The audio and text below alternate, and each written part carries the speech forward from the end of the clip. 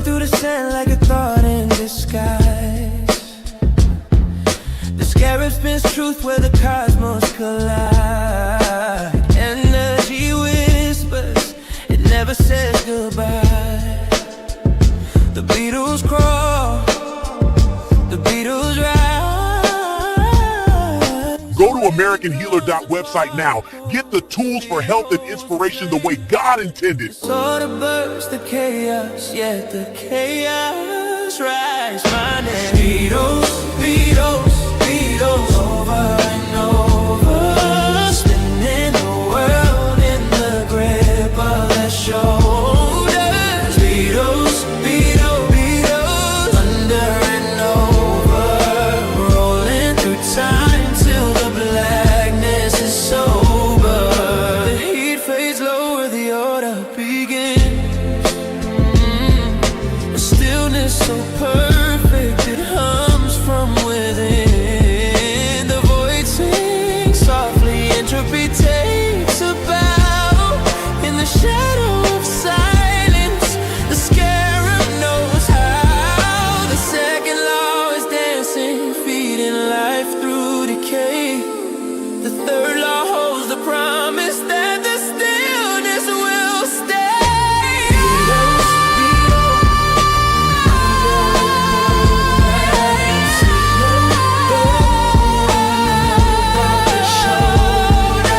Beatles, Beatles, Beatles, under and over, rolling through time till the blackness is sober.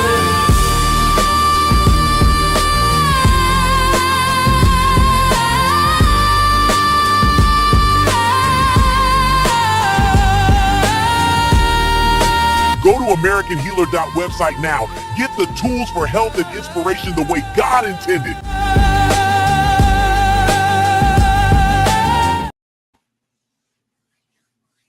Okay.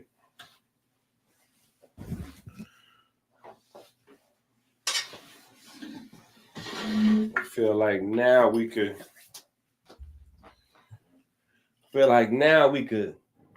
defund diabetes.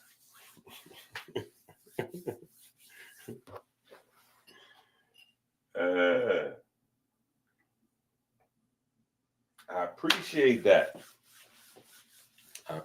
that. See, I've been learning some things. Right? I've been learning some things. So I feel like we was a little low energy. We need to we gotta find a way to pick the energy up. YouTube has officially evicted us from algorithms. We got to find a way to get back in there, right? So I need people to hit the like button, hit the subscribe, unsubscribe, resubscribe, all that. Hit the like, unlike it, relike it, like jangle it, like you got to use the bathroom. This is what I need you to do. I need you to go on the subscribe and the like button, like you got to use the bathroom and people not opening the door fast enough. You ever been to the door and you trying to get in the house and somebody in there, you ain't got your key, somebody in there, you got to use the bathroom. Cling, cling, cling, cling, cling. I need you to do that to the like button and the subscribe button. Like, just, yeah, do that.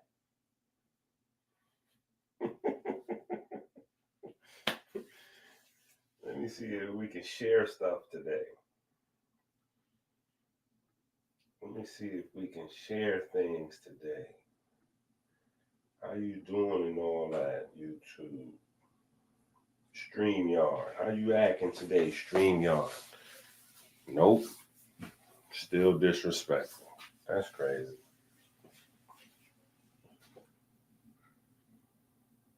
That is crazy. Oh, well, we found our workaround. Y'all just have to not watch this on your cell phone. You have to watch this on a laptop or tablet in order for it to make sense. Yeah, you got to watch this on a laptop or tablet in order for it to make sense. we're going to dig back into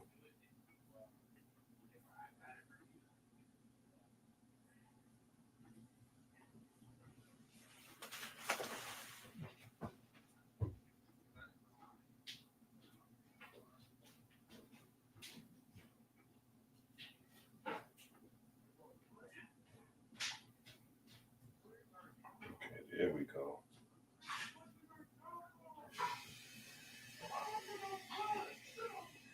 That's another thing. I haven't been hitting the monetize button, so if I don't turn the commercials on, YouTube definitely ain't sharing the video. Wow, disrespectful. Okay, so there's that. Come on, YouTube, do your part.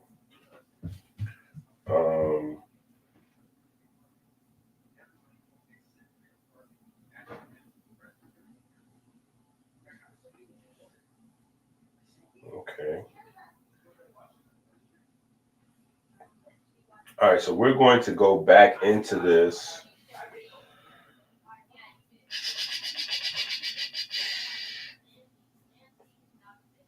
Yeah, we're going to reapproach this because I think this is important. Right? I think this is important enough that we need to spend some time on these concepts. Right? So we already have some notes on the board from yesterday. Right? We already have some notes on the board from yesterday. So for the people tuning in, y'all may want to go back to the conversation from yesterday.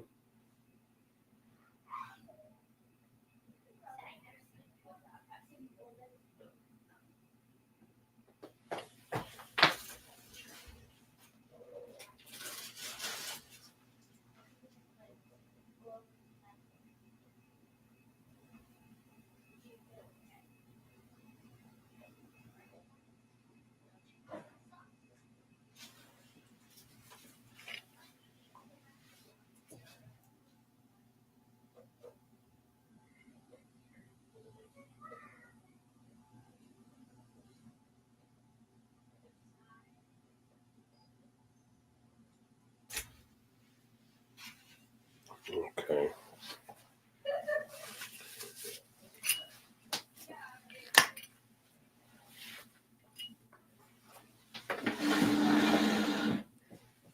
So I guess before I get started, let me just say a few things.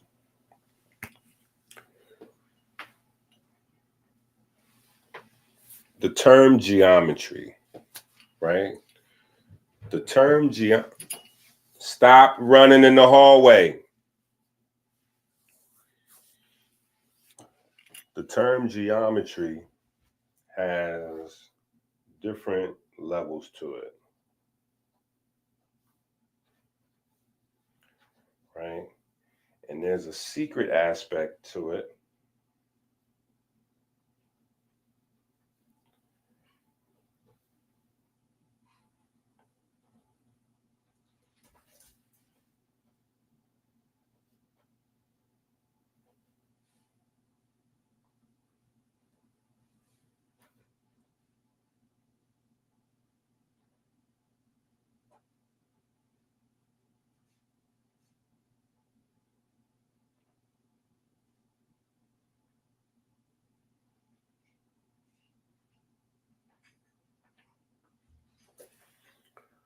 All right. So the term geometry, and I probably should have started with this yesterday, right? But the concept of geometry, in fact, we're going to clear the board for this.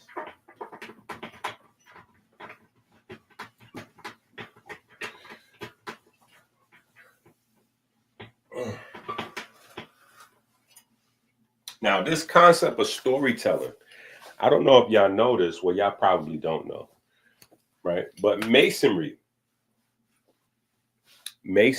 is, for all extents and purposes, just think of masonry as kinetic science. All right, now geometry.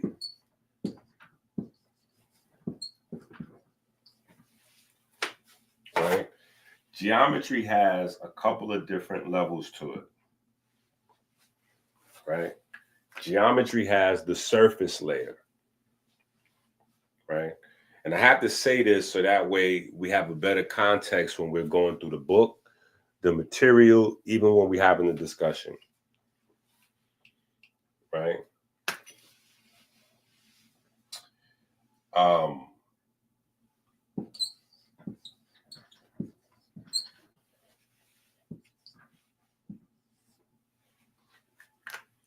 Shapes. Right? So a lot of us, we hear geometry on the surface level, we immediately think shapes. Right? Is this light that's doing that? Okay. We immediately think shapes, right? And that is a definition of geometry, right? Shapes, right? On another level, metry refers to study or measure, right? And geo, oh, that's what that was. That was the dog. Is it still raining out there? Slightly. It's drizzling now. Well, make sure Ocean is warm and give her some of them treats.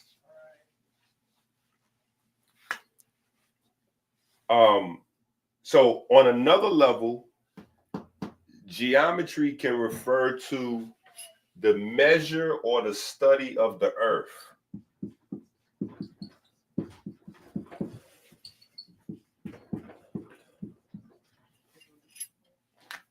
See, that's a much more broad field of study, because once we open up geometry to the study of earth, almost everything on earth can fall up underneath the study of geometry, right? So I realized yesterday I got a little bit of feedback from yesterday's video because some people wanted me to keep going. Some people was like, yo, you ended the video too quick. So I realized that there's some people that don't really understand the concept of geometry, right? But remember, geometry is the foundation and maybe even the totality of masonry. So anybody in that pocket or interested in that study, you will come to learn there's more to geometry than squares, circles, and triangles, or dots and lines, right?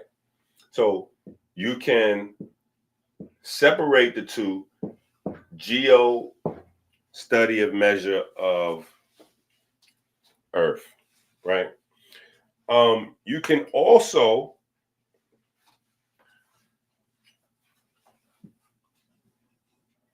take the 2D space and go into a 3D space, right? When you take geometry from 2 dimensions on paper into the real life space, 3 dimensions, you move much closer to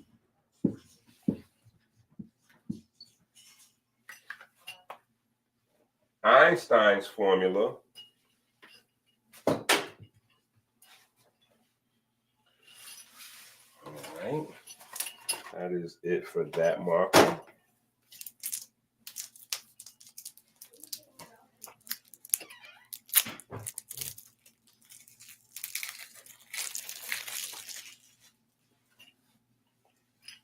Right? How we doing? We good? Okay, yeah, we good. Now, Einstein's formula covers pretty much everything else in the universe, right? Energy equals mass, light, everything, right? The relationship of an object to the energy that it contains. That's what this formula is about. This formula is about the energy contained in matter, right? E equals mc squared. This is about the energy contained in matter. So any aspect almost of energy we can approach by discussing the parameters that energy is confined to, right? We can approach the discussion by the parameters that energy is confined to. So there's another space where we can look at this, right?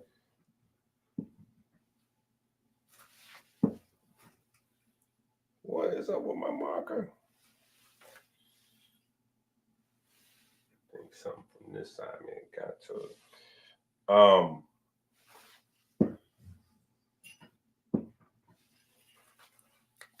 The symbol of ray.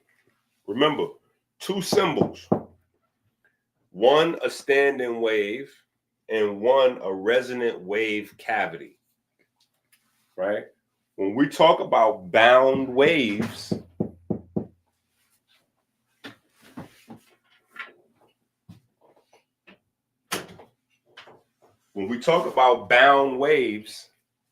that is the relationship of energy to matter, right? So a concept as complex as E equals mc squared could show up in one simple symbol, right?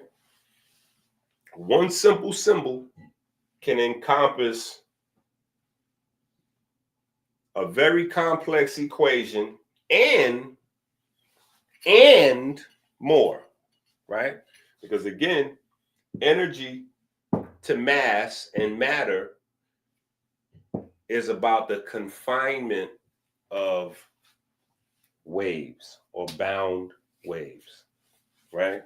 And our life force, right, what theology was trying to tell us was the very same thing. This concept, much later on, this concept and the associated concepts is literally what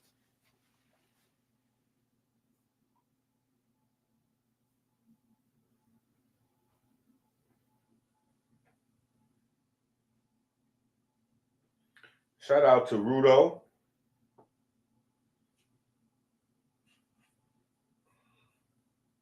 Let me show y'all this video again, because we're gonna see this video.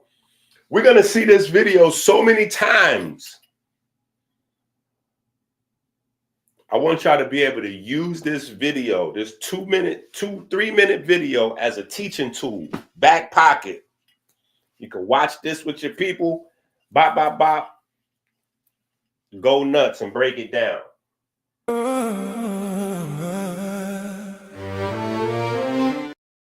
Okay, the dancing inky part in the beginning, just overlook that. Just don't, overlook that.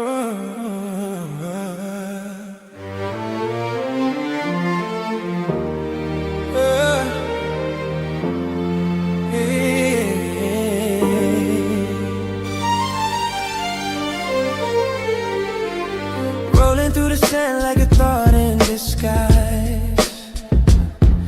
The scarab spins truth where the cosmos collide. Energy whispers, it never says goodbye. The Beatles crawl, the Beatles rise.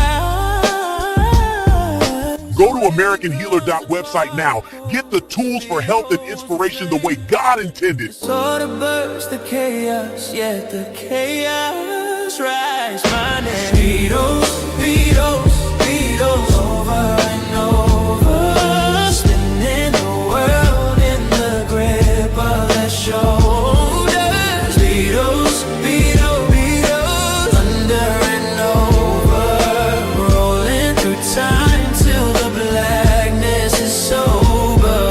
The heat fades lower, the order so perfect, it hums from within. The void sings softly, entropy takes a bow. In the shadow of silence, the scarab knows how. The second law is dancing, feeding life through decay. The third law holds the promise that the stillness will stay.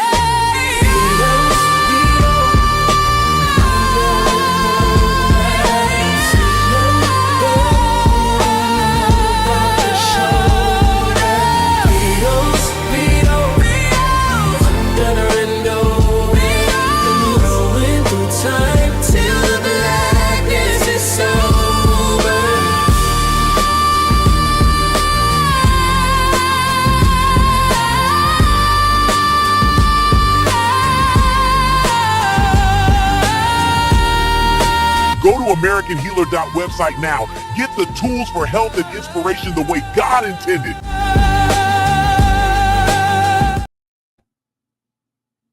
Okay, that's probably not a good example right there on the intro. I need to do it like this so I can stop the video and show certain parts of the video. Yeah, when I press play just now, that was on StreamYard. I can't pause that video anywhere. But here on the YouTube, I can pause it and show y'all specific parts of the video of what I'm talking about. Right? So when we go back to classes, we will be able to have another level of visual in terms of going from the breath, right? Going from the breath all the way through to cellular respiration. I think that is a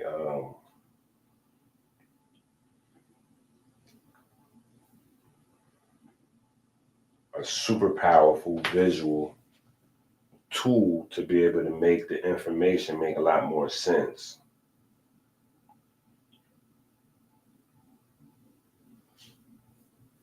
Right? So we can get to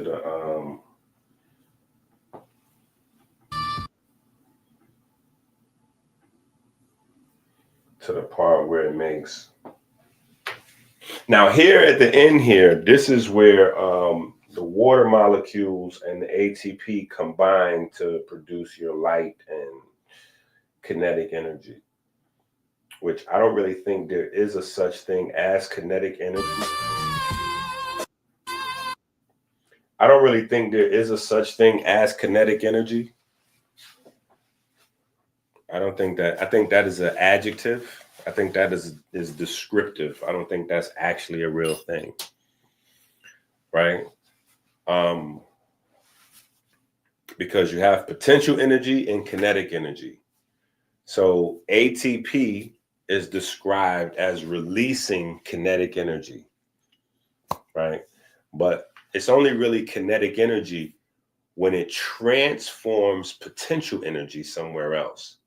So what happens is your ATP is able to, release its energy inside the cytoplasm of the cell.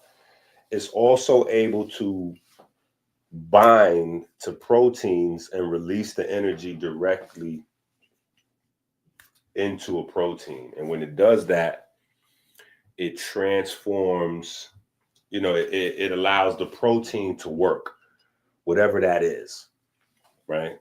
But it's the thing being released from the ATP, which is transforming the potential into kinetic energy, right?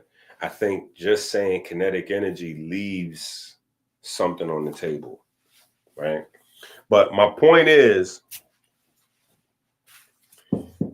this conversation about energy and mass or matter, or the energy that makes up mass and matter, is everywhere, right? When we are, for instance, if we go to the website, right? Let's do a little teaching and promo at the same time, right? If we go to the website, right, and say we order,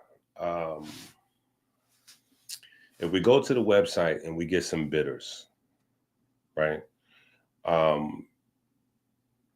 We're getting the bitters to stimulate our T2R receptors.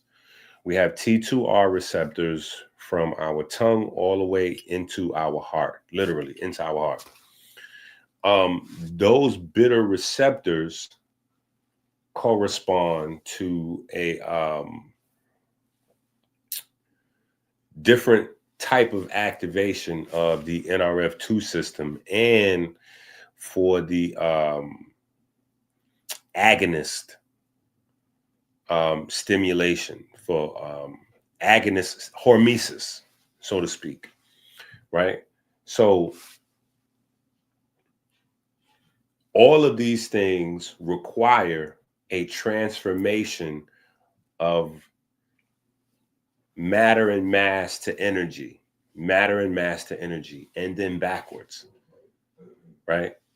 Matter and mass to energy, and then back to matter and mass, right? If we make it more simple, oh no, we stick with the website for a second. If we go to the website and we order the anabolic hormone help, right? That's not just for men, that's for women also, right? That is to stimulate our androgenic production, which we all need help with, right? Particularly women, because they're having a lot of issues with cystic, with polycystic fibrosis and fibroids and all of those things. So the anabolic hormone has a lot of purposes. But when we stimulate systems, all of that requires energy. All of that requires the production of new proteins. So you're asking the DNA to get to work, DNA, RNA, tRNA, et cetera, microRNA, like you're asking the whole nucleic acid family to get to work, producing proteins. That requires energy turnover. Then you need those proteins to work. All proteins work like Transformers in the cartoon.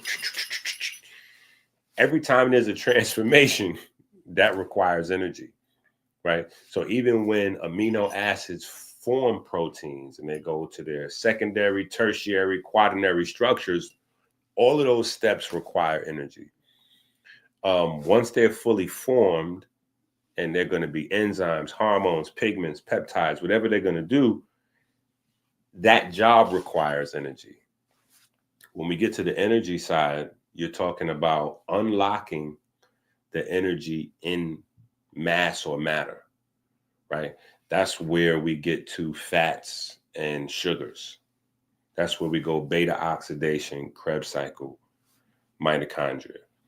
When we go to the mitochondria, we're breaking down hydrogen literally into standing waves.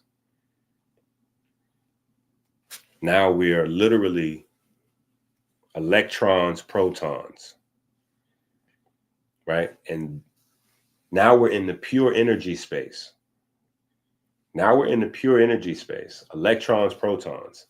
The electrons and protons are going to power the mitochondria to produce water and ATP, right?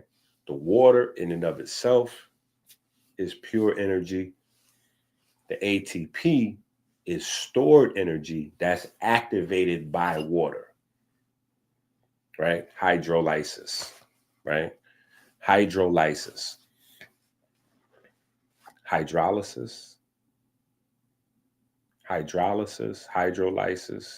tomato. The water is what activates the ATP. So you're going from mass and matter to energy, and then back to mass and matter, because when you breaking stuff down to release the energy that your body's going to harness, that all of those byproducts are then recycled. So a certain portion of that energy is used to then recycle all of the containers that held that energy back into mass and matter.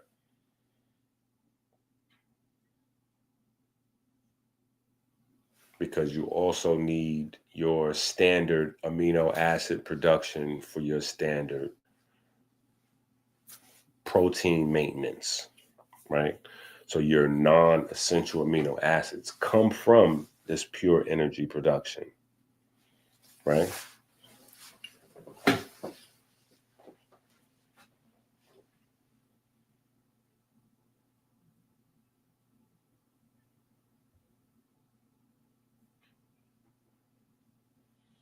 I know that's your favorite video.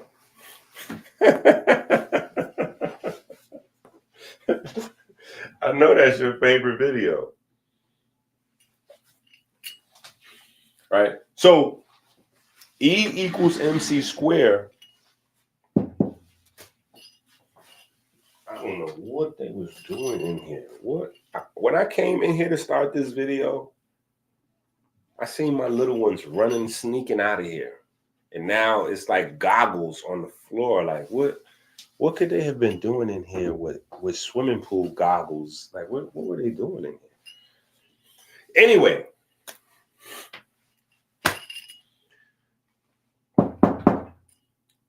this is an equation that you can pull from this shape, from this symbol. Now, the equation is very detailed, very specific. The symbol, the shape, still has much more information. This is just one equation that you can pull from this shape, from this geometry, from this symbol. Right? So going back to my first point, so we don't go too far, the term geometry in and of itself, right? The term geometry in and of itself has a lot of facets, pun intended, right? There's a lot of facets to the study of geometry, right? Even let me see this here.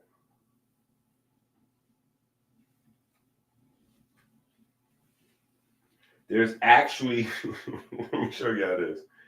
There's actually a study, a scientific discipline, if you will, a course, a curriculum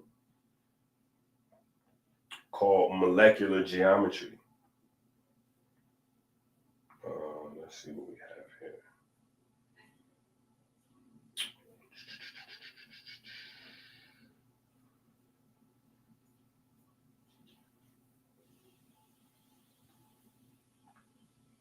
Let me see, I'm trying to find something.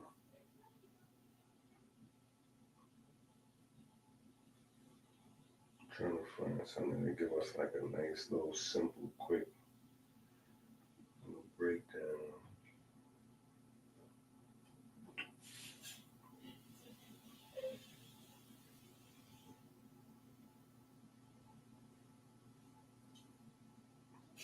Right? So even when you get to chemistry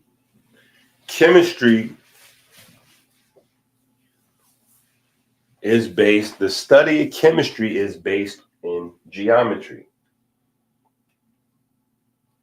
The study of chemistry is based in geometry.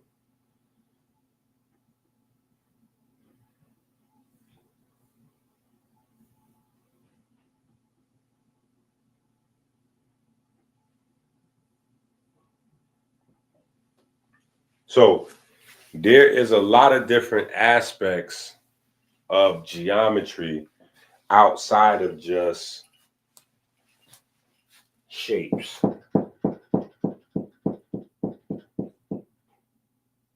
But geometry is boring, right? Geometry is boring. So think about if you was trying to explain the universe in terms of circles and squares.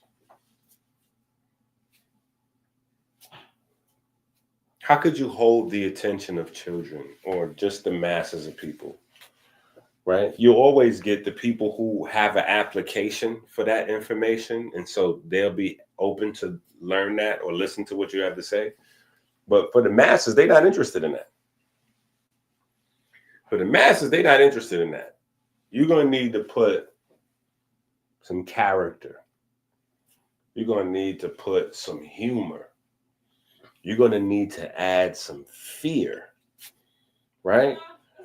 You're going to need to generate some love in the story. You're going to have to generate interest by anthropomorphizing the conversation of energy, mass, and matter, right?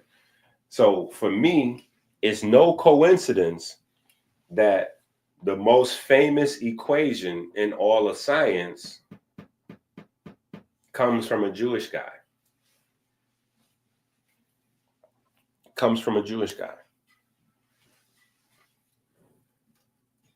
Because I know what his foundation is. I know where he's pulling this from. I know where his E equals MC squared comes from. This is a biblical concept, which obviously we can talk about where the concept came from before it was in the Bible, but this is a biblical concept. Right?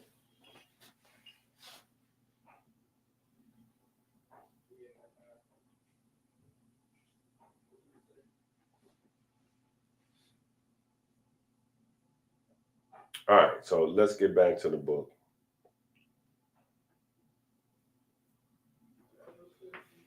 Let's get back to the work.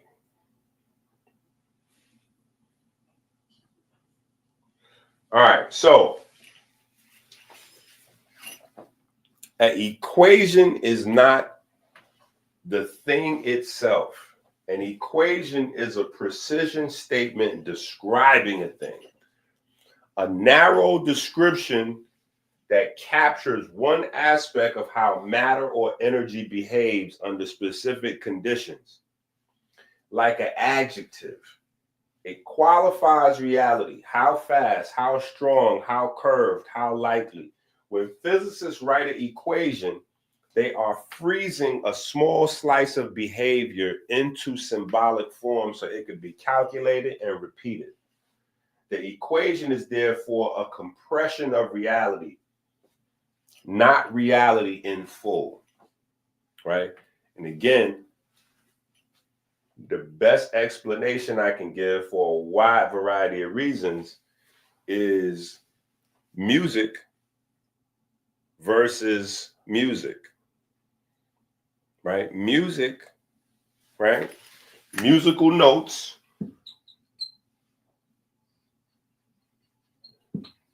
right? Musical notes versus actual sounds going into your ear, right? That is the exact same thing as equations, the exact same thing as written chemistry, right? We talk about a calcium ion, right? But we don't realize that the calcium ion is not just like a block that's going to go into your bones, and your bones is just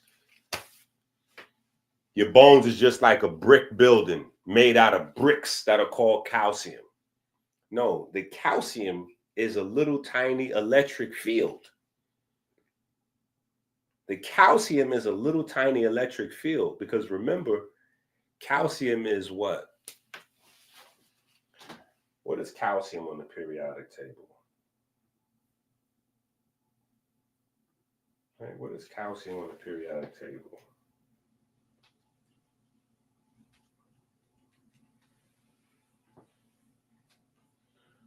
20. Right? So calcium as a resonant wave cavity or a system of bound waves, right? Calcium has 20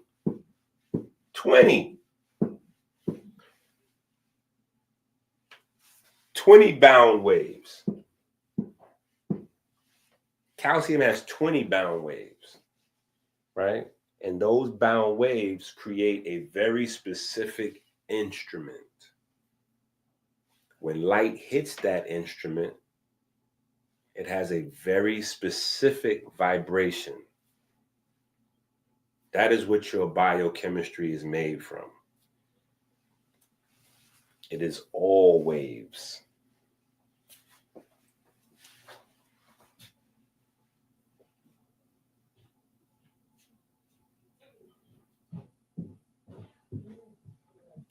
Shout out to Kev.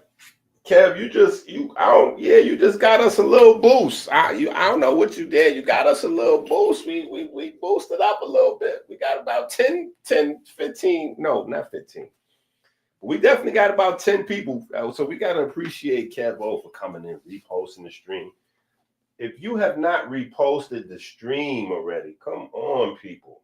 Share the video, hit the like, subscribe, Cash App, Super Chat, AmericanHealer.website, Amazon. Share the video, hit the like, subscribe, Cash App, Super Chat, AmericanHealer.website, Amazon. Yeah, come on, people. We got to follow Kevo Lee. It's too easy. Right? All right.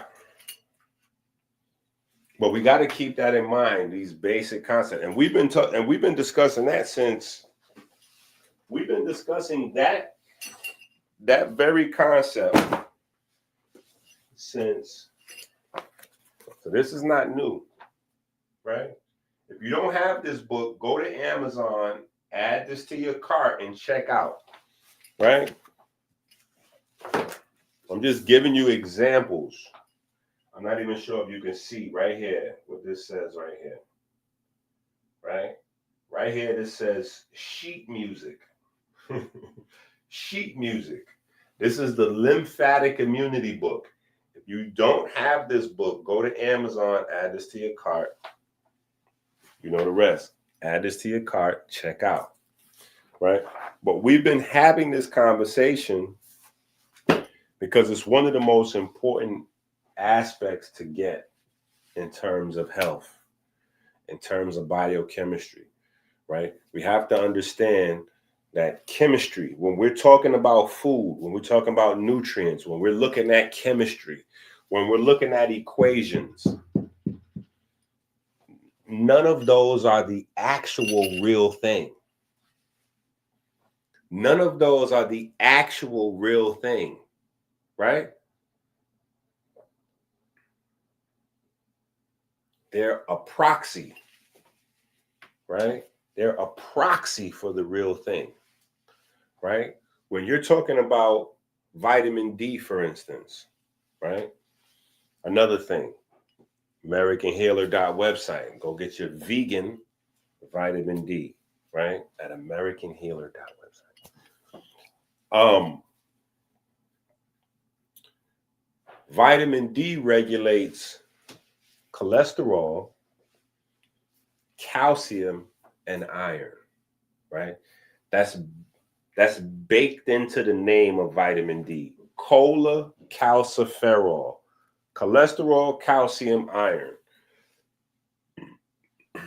Cholesterol regulates. This is why vitamin D is so important. Think about this. Think about this concept, because vitamin D is theology in a nutrient, right? Vitamin D is the Bible in a pill. It's the Quran in a pill. It's the papyri in a pill, right? It's the Bhagavad Gita in a pill, right? The Upanishads, the Vedas in a pill. Vitamin D is theology in a pill. right? I know some people like, where are you getting, where are you getting this idea? Vitamin D is theology in a pill. I will tell you, vitamin D is theology in a pill because all theology, major theology, describes the Creator, the Most High, in terms of electromagnetism. Some of them very overtly, right? And so with the Bible, people pick and choose what they want to be true. And usually they're doing that based on the crooked teachings of the colonizers of 2,000 years ago, when they put together the early church and what they were doing, I would say the first 1,000 years of the formation of the church, right? So you have a book. In the book, it describes God three ways. It describes God as mechanical waves. It describes God as electromagnetic waves. It also describes God as a person. The early church fathers, I can't even put this on the early church fathers because it was early church fathers that was really dropping some real science. But the early church, this is how they resolved these issues. They resolved these issues by saying, anytime God is referred to as light or sound, that is metaphor. Anytime God is referred to as a person, that is what the Bible is actually, that's the true part. That's the true part. So today we have a bunch of people that believe that part. And the other two layers are just left out there, right? For me, my mind has never been restrained in that way. So I've always felt free to say, well, what if this part is the fake part? What if the God as a man part is the fake part? What if this God as a wave, mechanical wave, or electromagnetic wave, or what if that is the actuality, right? And so over the years, I started to learn, and start to poke at it, and it started to make more and more and more and more sense. And as I got older, 15 years old, 16 years old, I was able to start to cross-referencing some stuff and start to see like, hey, this thing has legs. This is a thing here. In fact, these books are different than most people believe these books are. These are scientific. Theology is science. Theology is science. Now, obviously, you have universal truths that have been told at one point and then packaged and repackaged. So, if you're from the neighborhood, you can recognize if something is stepped on. You know what I'm saying? It ain't that pure, that, so it might be stepped on. They might have put a little cut on it.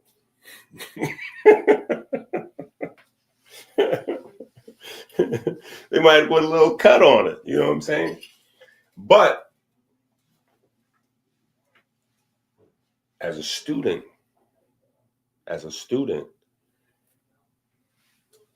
it's your job, like when people were looking for gold, even now in Africa when they're looking for diamonds, You know, you got to put that stuff in the sifter and you got to sift through it.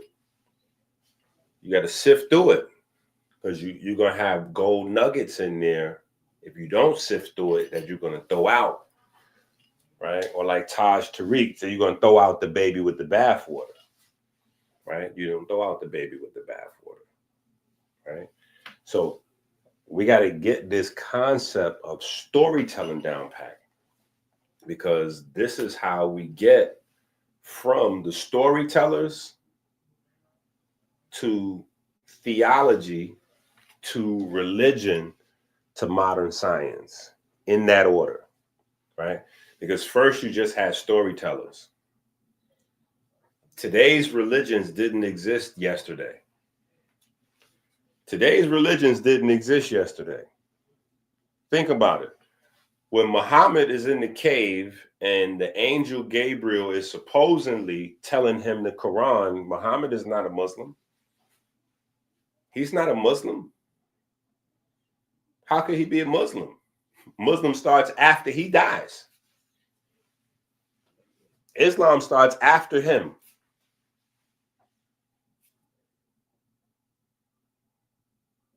So God, quote unquote, chose him, blessed him, etc., etc. And he wasn't a Muslim. He wasn't a practicing Muslim. He wasn't doing none of the Muslim rituals or none of that.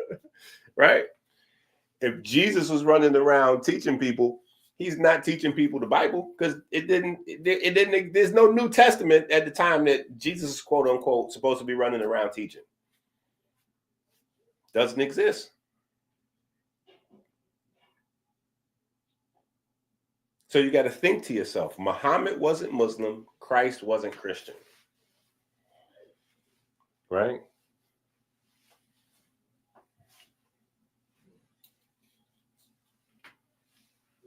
So the only thing that lasts millennia to millennia to millennia to millennia, the only thing that has a value, right? If we think about Kemet, the only thing that has a value enough that I'm going to use big blocks of stone and carve it into it. Think about this. They're carving messages into rocks. They're carving messages into rocks. Nobody's carving messages into rocks. I could barely get y'all to go to get the books and read the books. Like, who's writing a book in stone? Do you know what kind of work that takes to write a book? Wait, do you know what kind of work it takes to just write a book? Period. Right? Even today, you got I was going to say Spotify, you got Speechify, you got AI, you got all kind of, you got Adobe, you got all kind of internet tools, Grammarly, you got all kind of stuff that can help you write. It's still hard to write a book, right? That's not writing it in, like in rocks, in stone. There's a time period where I thought that the Medu Neter was the language of the Egyptian people. Yeah. Then I came to find out, like, wait a minute.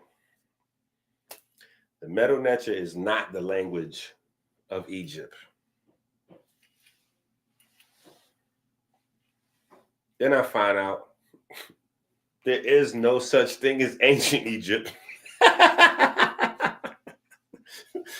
This stuff is all gobbledygook. Like, there's no such thing as ancient Egypt, right? Before Egypt, and Egypt is the Greeks. The Greeks, the Medu Neter is not the language of the Greeks, but Egypt is Greek. So Medu Neter is not the language of the Greek people. They needed help to translate. They didn't know what that stuff was. So before Egypt, you don't have ancient Egypt, you have Kemet. And even in Kemet, Medu Neter was not their everyday language. They wasn't like the Flintstones. They wasn't writing in rocks to each other, sending a letter in rocks. Like, who's sending a letter in rocks? Yo, what's good, fam? Hopefully, you know what I mean, you get this letter, write me back. Like, who's sending a letter in rocks? No, they had a regular, everyday language they writing on paper. They invented paper. Yeah, they had a regular everyday script, boop, boop, boop, hieratic, you know, blah, blah, blah, blah. They writing up notes, letters, just like we do. Easy peasy, quick, blah, blah, blah, blah, blah, blah, blah. The metal nature was specific, had a specific purpose. The gods. Okay, well, the gods are universal forces. So this is what we're inscribing in rock. What we're inscribing in rock is everything that we learn about these universal forces. Because whatever we learn about these universal forces, it's going to be true today. It's going to be true tomorrow. It's going to be true in 1,000 years. It's going to be true in 10,000 years. It's going to be true into infinity. So this is what has the value of etching it into stone. Not a transient story about a group of people, because people is going to recycle. People going to recycle. And people going to have sex. Yeah, people going to have sex and they're going to recycle. And the way your mind is trained, the thing that is different is always the thing that's attractive. So, of course, it's going to be some dark people that's going to have sex with some white folks. It's going to be some white folks that's going to have some sex and make some babies with some dark people. Then if we see some brown people or some yellow people, oh, they look exotic. Yeah, we're going, yeah, bring Shorty through. So all of those ideas that is attached to people are transient. They come and go. They ebb and flow, right? But the information about the universal forces, the information about how those universal forces act in the body of man, how they compose the body of man, how they compose the food source of man, the world around you, and how you can harness those things, right, to facilitate work, right? The early inceptions of technology. Those things don't change, right?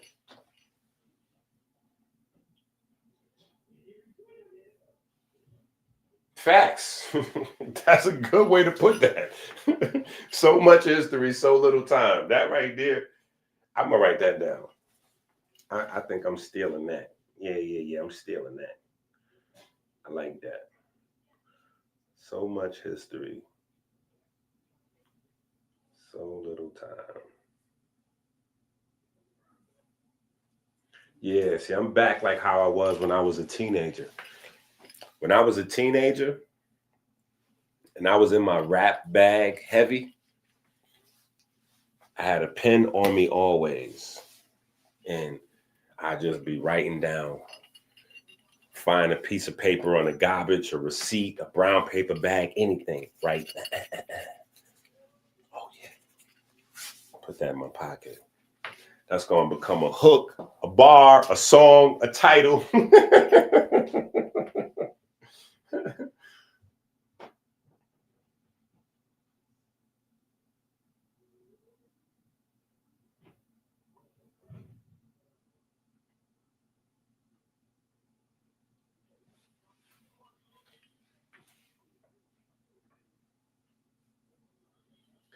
All right.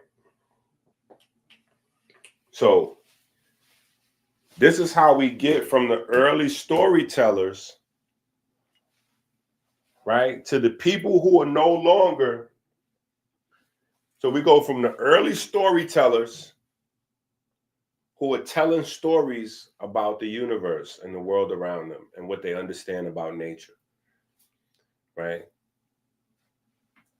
These are the explorers. Just like in our world today, right? When you have a family gathering, right?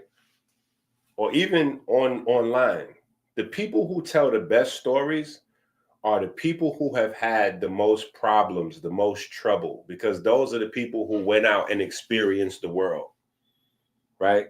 So it's the guy who's been stabbed or shot or went to jail or has 1,000 children, or he started 100 businesses and went bankrupt 57 times or whatever. That person is the storyteller, right?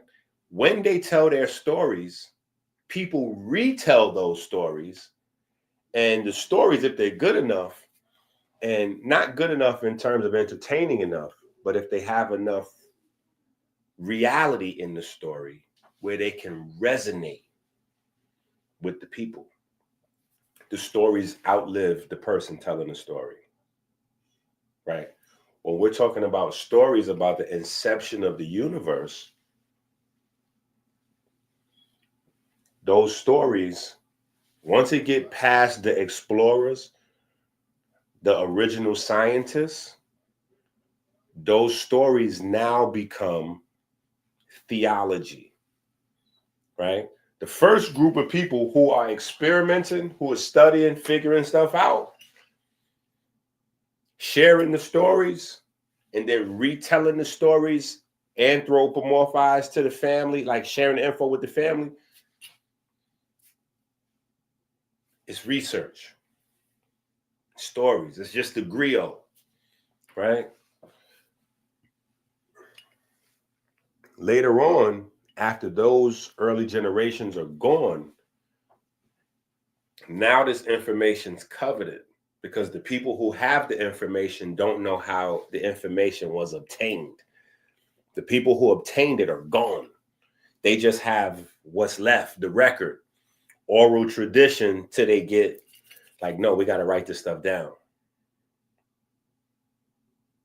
They have a higher value for it than the generation that was around when the original information was put together. That's just human nature. The stuff that's handed to us, we don't have the value for it. Later generations, get your flowers after you're dead, right? So later generations, this is theology now.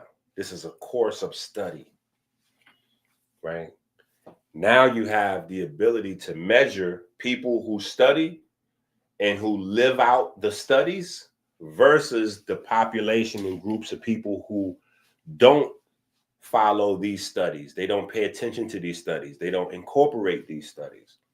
There's a difference in results and how people live, how long they live, how wealthy they become, how happy they become, just whatever. Different levels of success and different. So now, after the next groups, now you have the inception of religion.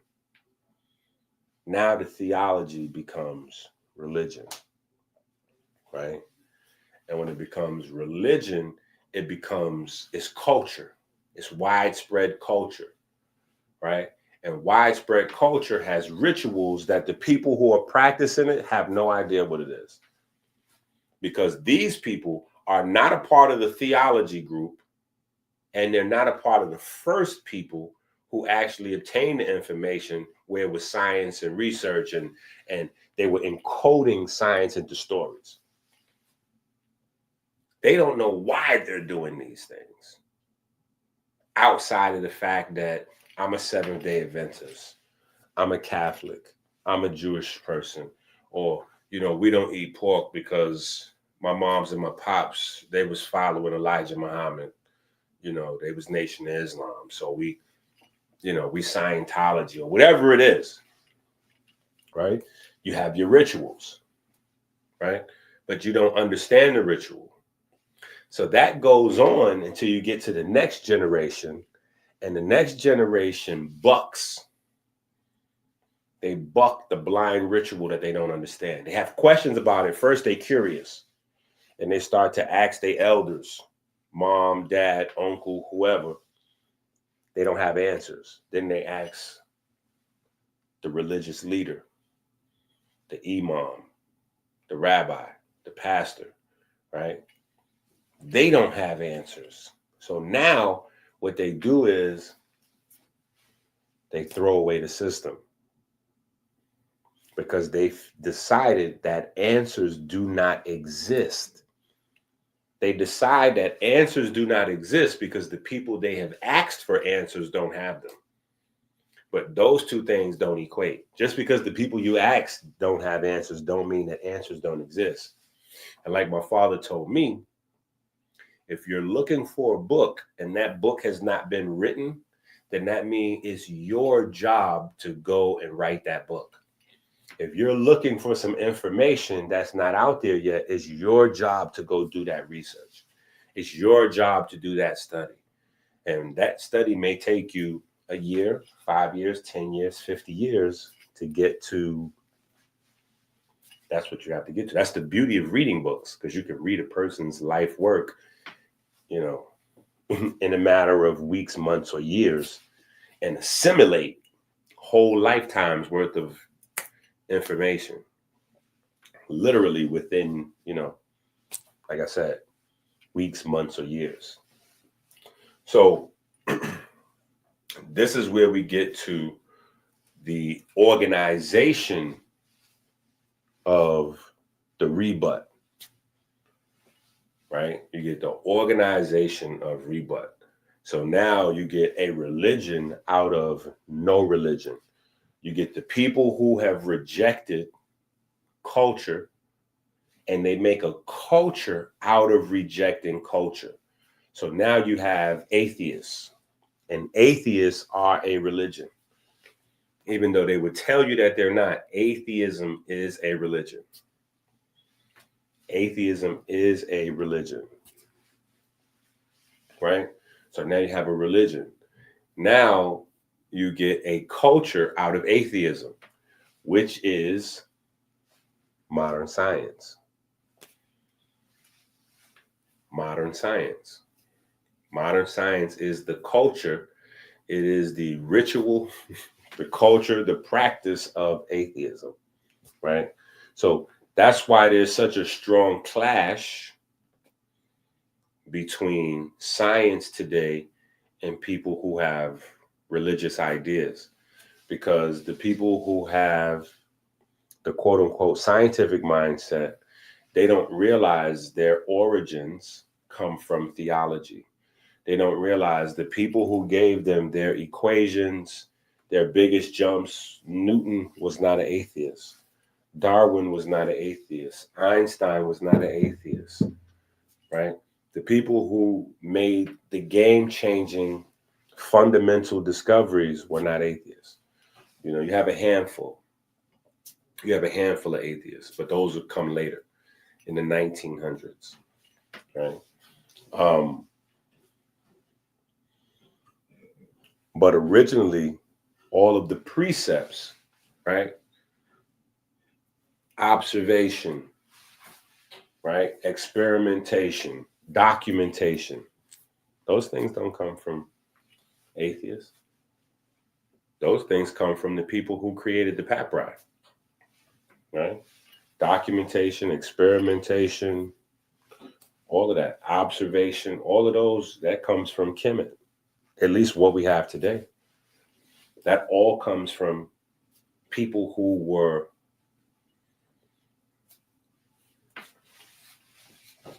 I can't say believers in God, because in the climate that we have now, that gets confused.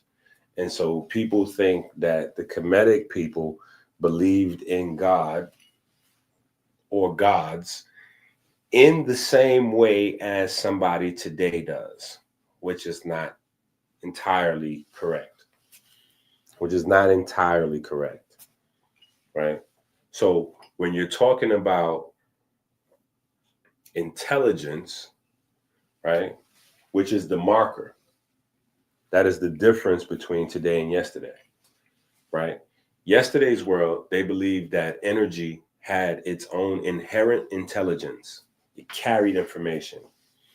Today, modern science is built on the crumbling foundation that energy does not have information inherent to it or intelligence, right? And these concepts were laid out in the 1600s, 1700s, and 1800s, right? Now, the problem, which is why the foundation is crumbling, is because of quantum mechanics. Quantum mechanics says exactly the opposite. It is a throwback as far as we can go. As far as we can go. It is a throwback as far as we can go. 5,000, 10,000, 12,000 years. It says that energy organizes itself. Energy has its own information. In fact, energy is information itself. Literally, the fabric of information is energy. Energy is information. This is how energy organizes itself, because it is inherently intelligent. Problem is, we have 400 years of science and institutions built on the opposite idea, right? And that translates over to food. That translates to biology, right? That translates to biochemistry, right? And all of that said to say, this is why vitamin D is theology in a pill. Vitamin D is theology in a pill, because vitamin D typically you get from light. You get vitamin D from light. Now, the interesting thing about vitamin D, one of the interesting things, and if you don't have this book, go get it, right? If you don't have this book, go and get it.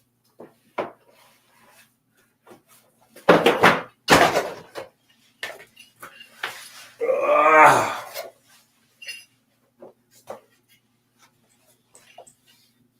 20 minutes. If you don't have this book, go and get it. The photochemistry book, right? Go get this book. This book has everything you need to know about vitamin D. Everything you need to know about vitamin D is in this book, including on page 37, the very simple binary,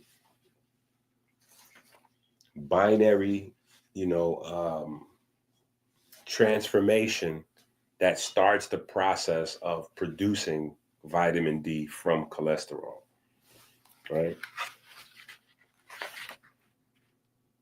But the beauty, or one of the interesting things, is the type of light that produces vitamin D.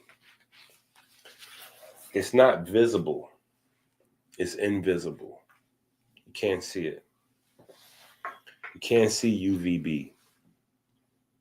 You can't see UVB, and you can't physically interpret UVB by heat, because there's plenty of days when it can be 80, 90 degrees outside and there be no UVB out there.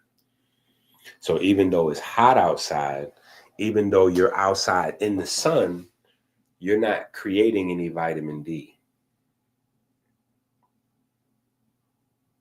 You're not creating any vitamin D. And vitamin D regulates the electricity and the magnetism in your body. Vitamin D regulates the electricity and the magnetism in your body by regulating calcium and iron. By regulating calcium, it regulates all the electricity in your body. By regulating iron, it regulates all the magnetism in your body.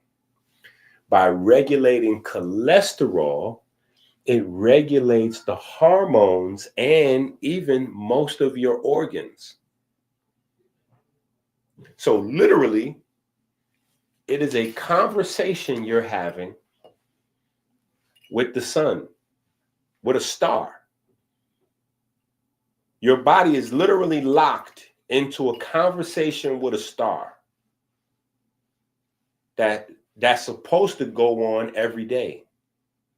Every day you're supposed to talk to this star, right? Because a conversation is really just transferring information from one another, right? When we hear the term conversation, we automatically assume that the conversation is using words.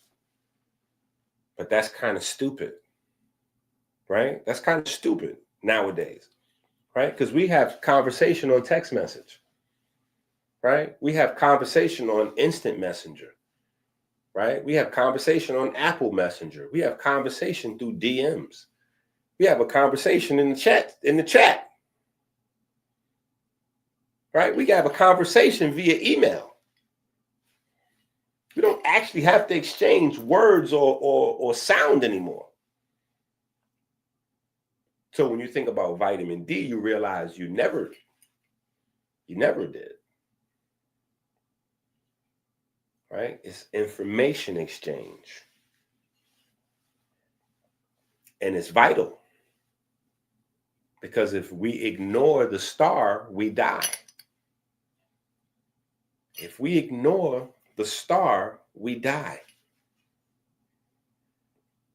Cholesterol is at the center of diabetes, high blood pressure, heart disease.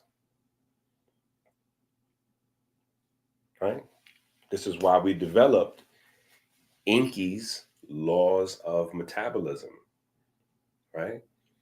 On the discovery that cholesterol is not the problem, but cholesterol metabolism is the problem. Because your haplotype sets your liver function. Sets your liver function. So your liver is set, boop, you're going to produce X amount of cholesterol, especially if you're dark like me. You're going to produce X amount of cholesterol.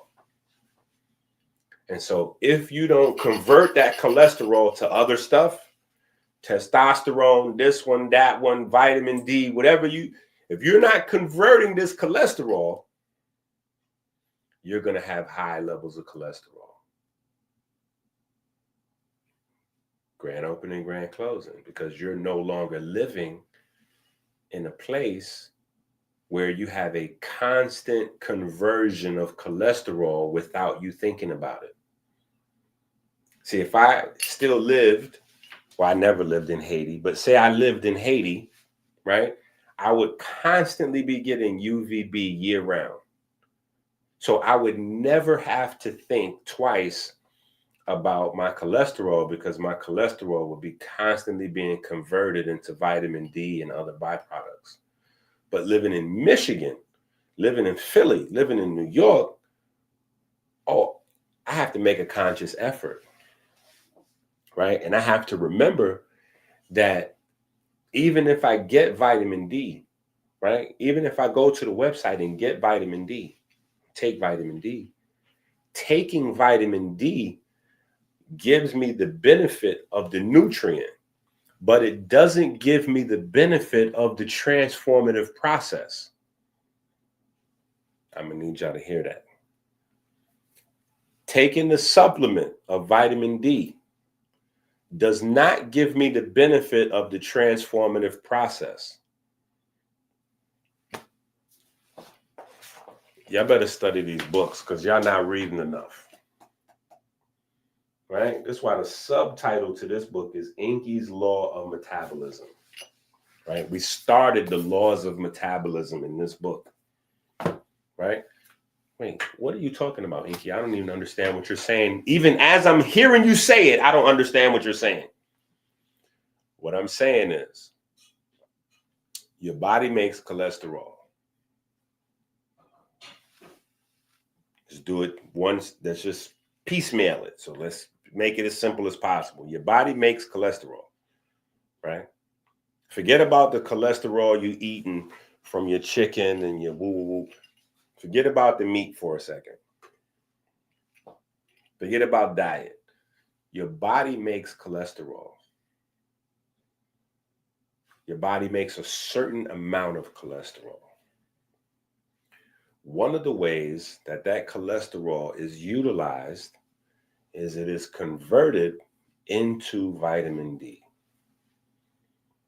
Your body's expected to convert a portion of your cholesterol into vitamin D.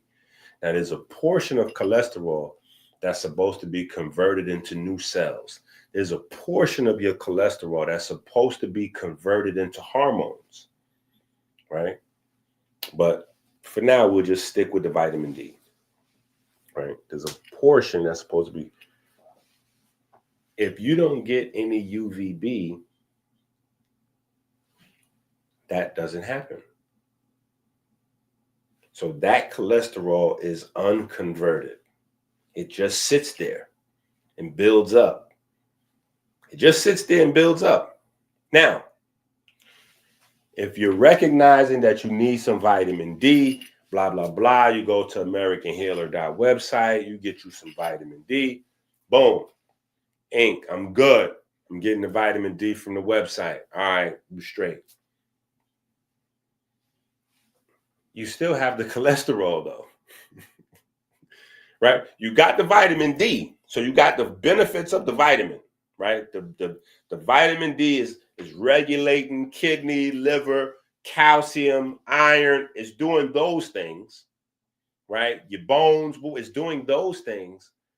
But the part where the sun reduced your cholesterol level by converting cholesterol into vitamin D, that's not happening. So you still have to figure out what you're going to do with that excess cholesterol.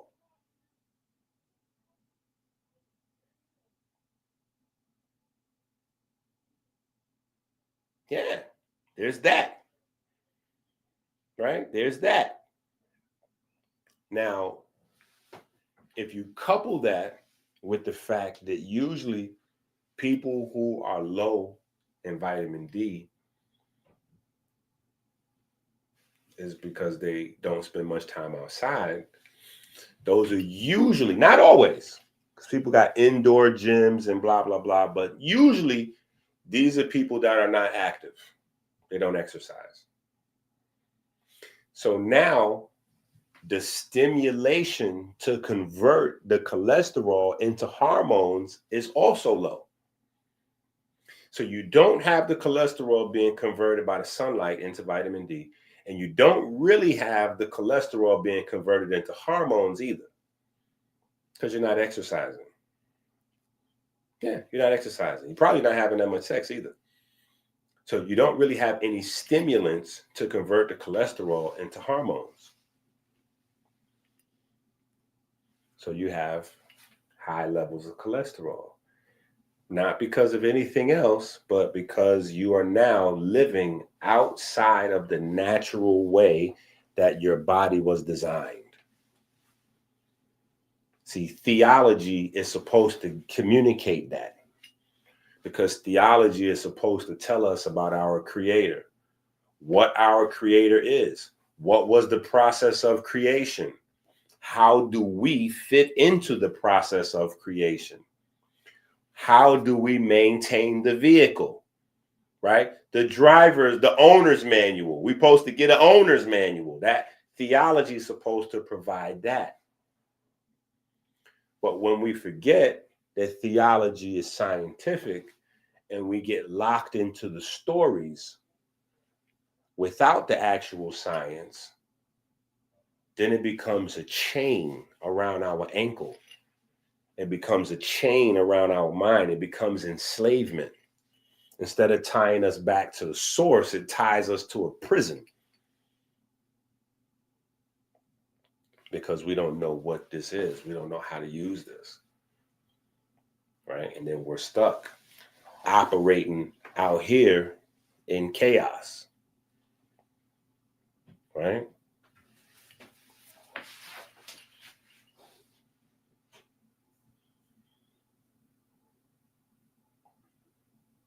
Now, that's a certified fact. Definitely still a non-negotiable. I appreciate you, Jack. I appreciate you.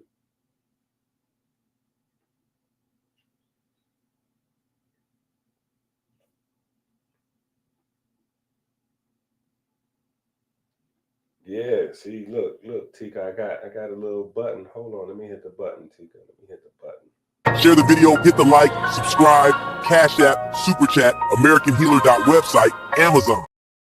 Share the video, hit the like, subscribe, Cash App, Super Chat, AmericanHealer.website, Amazon. Yeah, yeah. So this is how we get, right, from explorers just trying to grope their way through the dark and figure some stuff out, and then share that with the family in terms of story, right? You get the science from observation, right? From observation. That's why I keep saying explorers, observation, right? That's what scientists are, explorers. That's where we get the Indiana Jones concepts from, right? Where when science was an outdoor activity. Right? That's a fiction movie. But I'm saying it comes from the concept of science being an outdoor activity, right? You're making observations and you're trying to figure out the phenomena you're observing. And as you figure some stuff out, obviously you want to share this with the family. But the family is not educated as you are, right? They don't understand whatever your nuance thing is. That's still the same today. If you have a certification, even if you're a personal trainer, even, or you're a car mechanic, don't nobody in your house understand what you're talking about. You a fitness, you know fitness. You coming in, you trying to tell them, oh, your form is off. No, you're supposed to put your knee like this. No, when you do that lift right there, if you put your knee like this, that's gonna put more stress on your lower back. You're gonna have back pain. They're like, yeah, I got back pain. Yeah, that's because you can move your knee like this. So if you turn your foot in, that'll change the line of force. And nobody in your house understand that. If you a car mechanic and you know how to fix cars and all that, and somebody pull into your garage and you like, all right, turn the car on. Let me hear the car run. Turn the car off. All right, turn the car on one more time. Okay, you hear that? You don't hear that sound? Okay, hey, oh, pop the hood. Pop, pop, pop, pop, pop. Yeah, you need a new one of these right here. Can see this belt right here? Yeah, this belt right here. I can hear that. You couldn't hear that belt? How long was it making that sound? You didn't hear that sound? Nobody know what you talking about. Only other mechanics do. So in order for you to try to explain what's going wrong with somebody's car to the general, you have to create a story now. You have to tell a story. Right? You got to make it make sense. You got to provide examples. You got to use metaphors, analogies, right? And these are one-off events, right? You only have to explain this one time as a mechanic to the person with the car. But if you're dealing with a universal force, a universal truth, this is something you got to explain over and over and over again. Over and over and over again. So now you need a organized set of metaphors and analogies. You need a story. You need a story, right? So this is how observation, experimentation, this is how this becomes later on theology. Anyway, let me get to the book, because we're going to be here forever and we're not going to get through the book. Right? We will be here forever and not get through the book.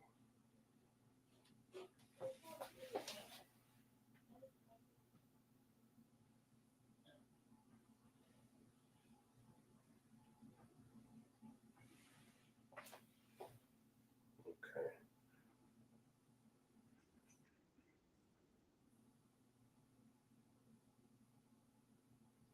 Ooh.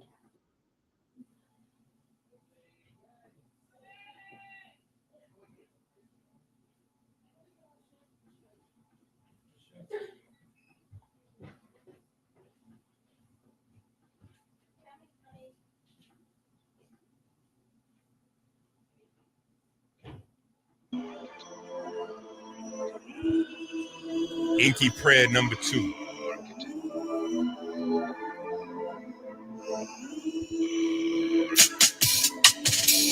We give thanks and praise to the Most High God for the divine spark that set our cells into perpetual motion.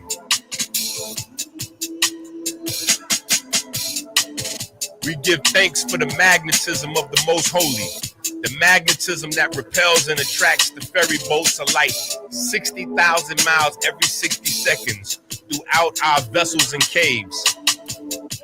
We give thanks for the ability to drink clean water every 60 minutes, flooding the river of life.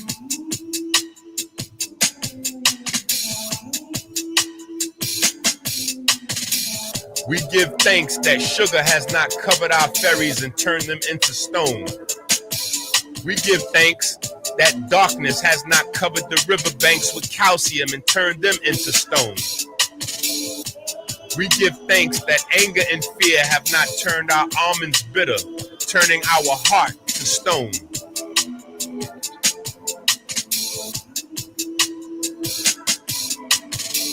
We give thanks for smooth sailing upstream through the valley of death, through the superior vena cava into the right atrium.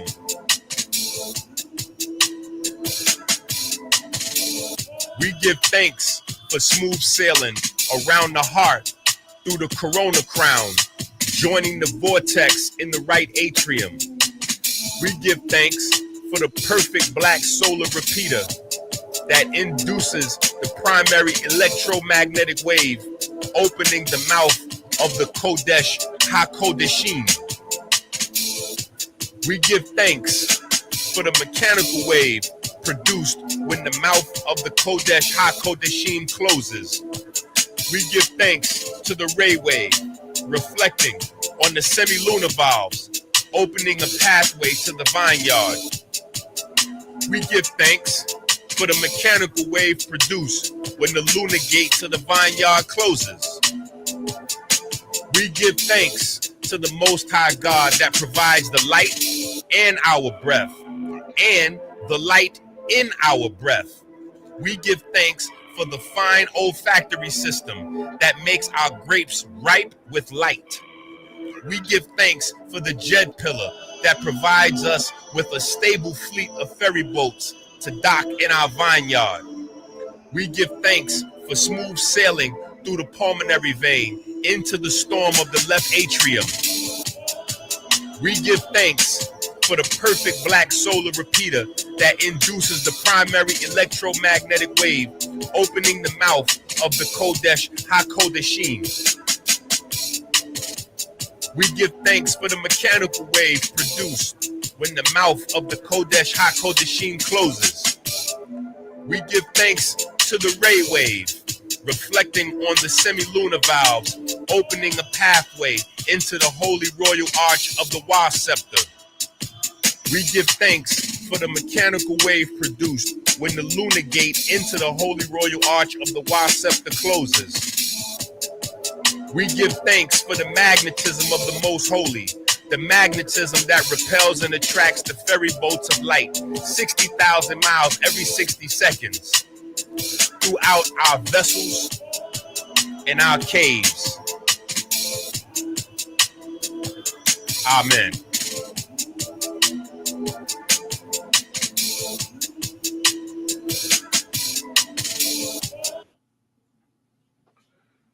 Whew. Okay.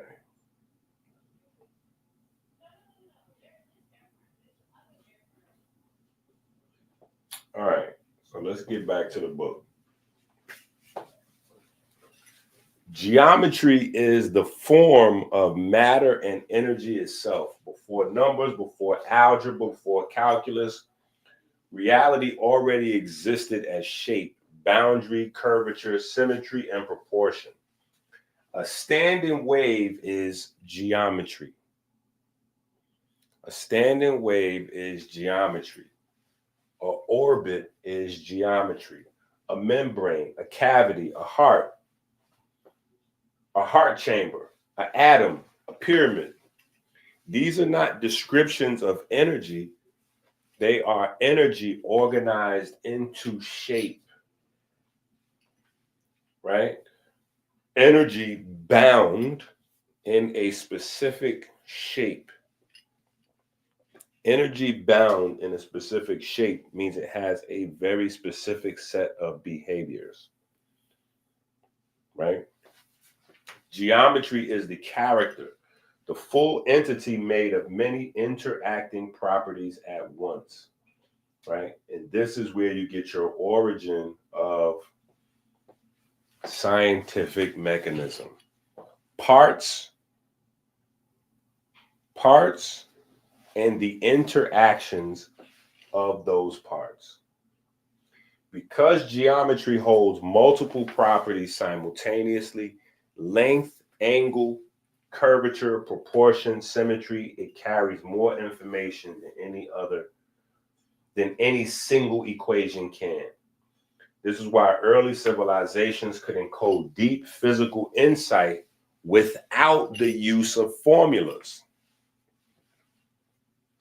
See, today we discount our ancestors because they're not using formulas. Oh, are you saying? People ask me that all the time. Hold on, Inky.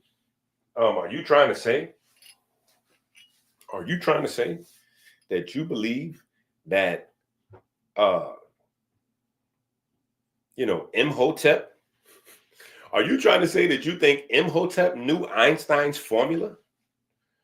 Are you trying to say that you think Einstein knew Schrodinger's equations for wave functions? Are you saying that somebody in Kemet knew the formula for a wave function? No. I'm not trying to say that Kemet knew Schrodinger's wave equations. I'm not saying that in the papyri there exists a formula of a wave equation that Schrodinger secretly, he secretly found it in the papyri, and then he rewrote it, and then boom, yeah, I did that. That's what Euclid did. That's how Euclid gets credit for geometry and masonry.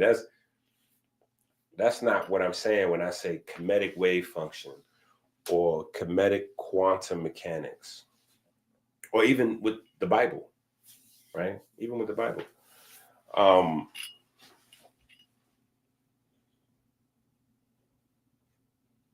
What I'm saying is that what we know of today as an atom, what we know of today as an electron, what we understand today as a proton, we didn't use those words, electron and proton, 5,000 years ago. We had a whole nother lexicon, vernacular, vocabulary that we used to actively describe the exact same things. Because reality is reality. The fundamental fabric of reality has not changed.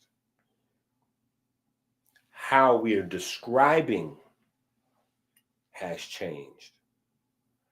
And problem comes in when we're discounting how it was previously described, because our arrogance has told us if it's not described the way that we do now, it must be incorrect. Or because they didn't know this, right? Because they didn't, that's the same literally as saying because, and I wonder what's the date on that. Let me look this up. That's interesting. Let's get the date on this. Let's get some dates on this. That'd be dope.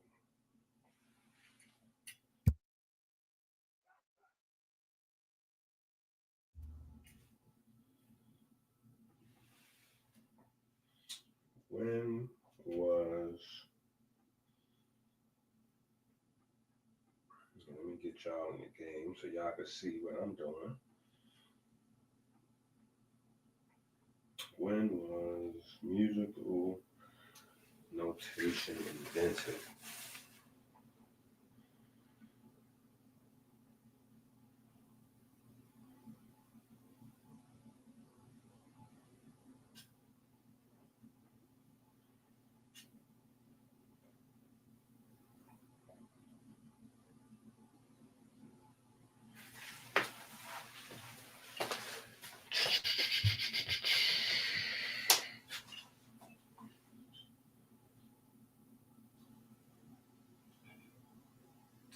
Okay, so let's do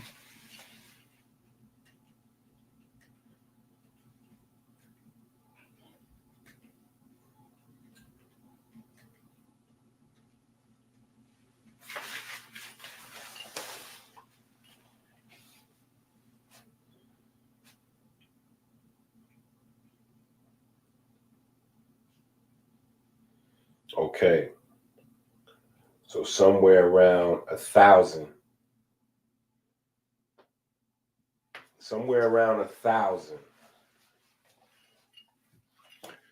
Somewhere around 1,000 is where we get musical notation as we know it today.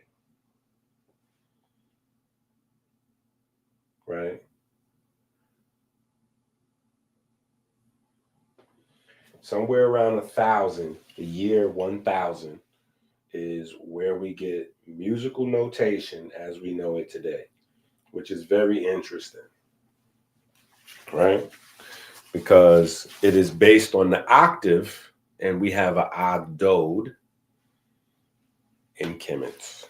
We have an ogdode, and the ogdode describes creative vibrations. Very interesting. Very interesting, right? But it's very much the same as saying people who don't know how to write music don't know how to play it, right? Literally, we totally destroyed that concept. We literally destroyed that concept in a whole nother way. I know because I'm born the same year and the same place as rap. Right? I'm born the same year and same place as rap. Right? So I know that's insane. Right? Because literally rap was born because they stopped teaching music and got rid of the instruments in school. And when that happened, the music inside the people, well, we just started to use broken records and start scratching, start, sampling sounds. We didn't know how to play them. So we'll just listen to a record that has the sound on it. Oh, that's the drum? Yeah, that's the kind of drums I can. Yeah, let me grab those drums. Let me grab a bass guitar from over here. Let me grab something. Whoop. I can put together the song that I'm hearing in my head without even knowing how to play any instruments. I can sample a drum from over there and sample some hi-hats and some flutes and some strings and I can put this thing together without even knowing how to play an instrument. You have multi-platinum producers. They don't know how to play no instruments. They know how to use an MPC player.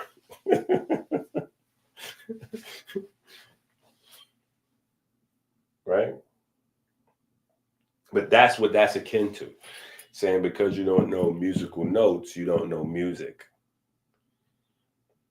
You can't make music. You can't critique music. You can't explore music. That would be insane. That's the very same thing going on with science.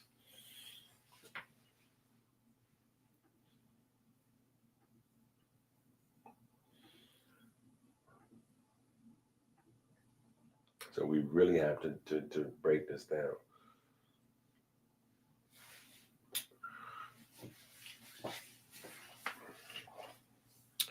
A story. Oh no, I'm jumping. This is why early civilizations could encode deep physical insight without formulas. By working with geometry, they were working directly with the object level structure of reality, not a symbolic approximation of it. Geometry is the body. Equations are labels placed on the body after the fact. A story is the next level up. A story is what happens when multiple geometries interact through time. A story contains characters, which are stable forms, actions of those characters, motion and transformation, right, which is the usage and transformation of energy, constraints, which is the boundaries of energy that can be utilized, harnessed, or transformed by the characters, and then outcomes of said actions, interactions, and transformations. That is exactly what physical process is. An electron transport chain is a story, right? An electron transport chain is a story. A heartbeat is a story.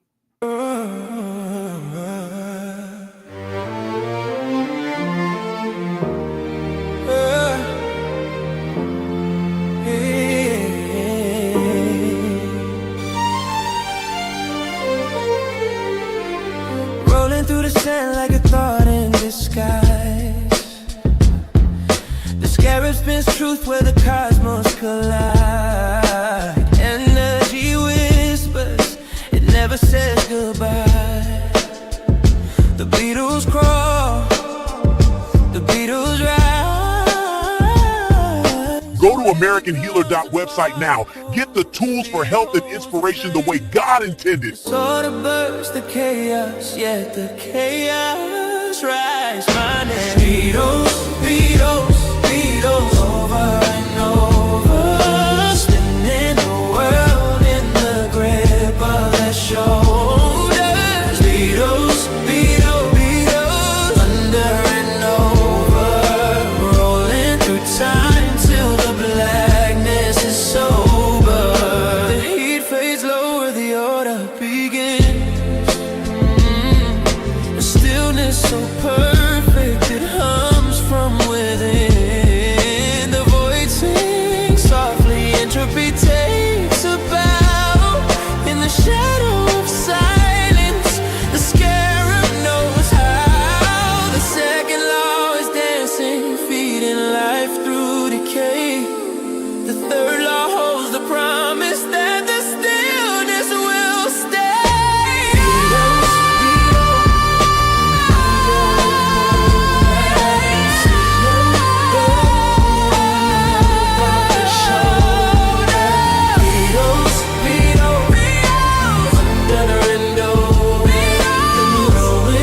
Time till the blackness is sober.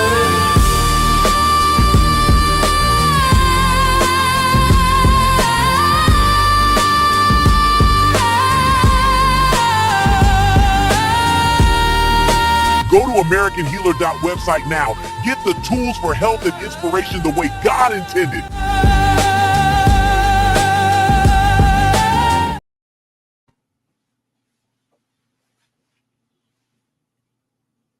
I repeat, the electron transport chain is a story. A heartbeat is a story.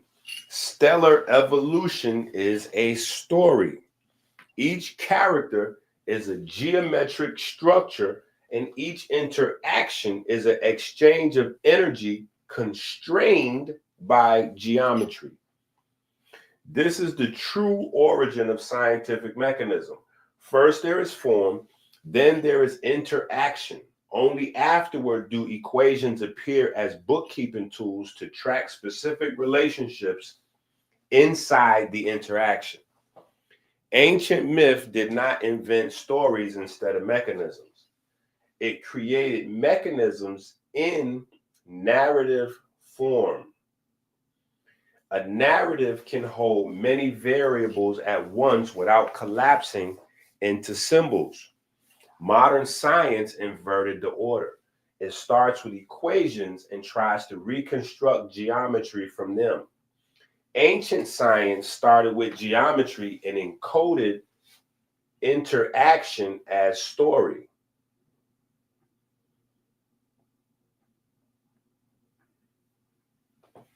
Both describe the same phenomenon, but at different resolutions. Equations are high precision adjectives. Geometry is the full character.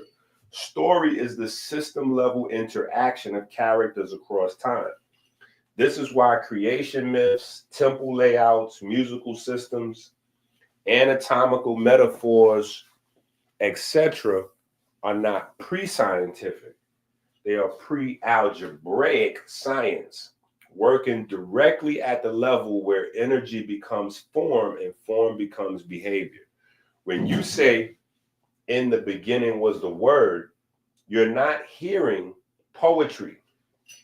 You're hearing the earliest language for organized structure entering reality, geometry beginning to speak for itself.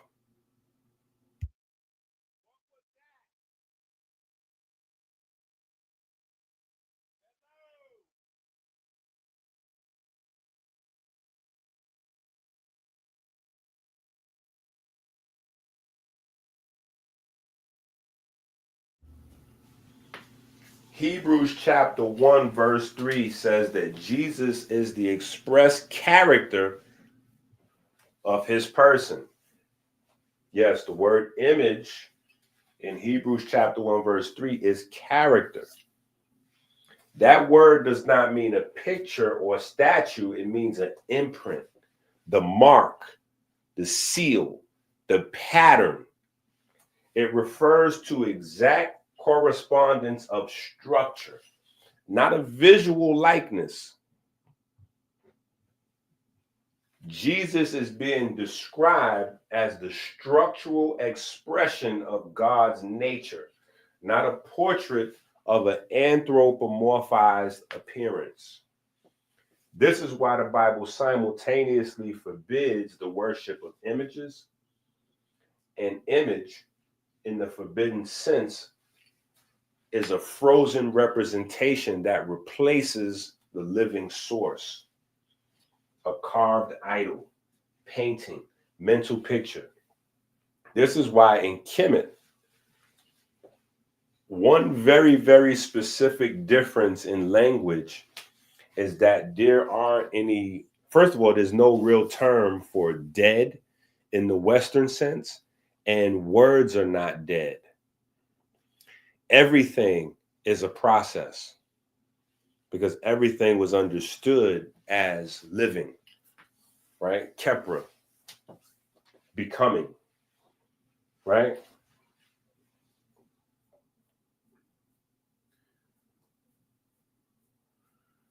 All right. So we didn't get out of the first chapter yesterday. We will get out of the first chapter today.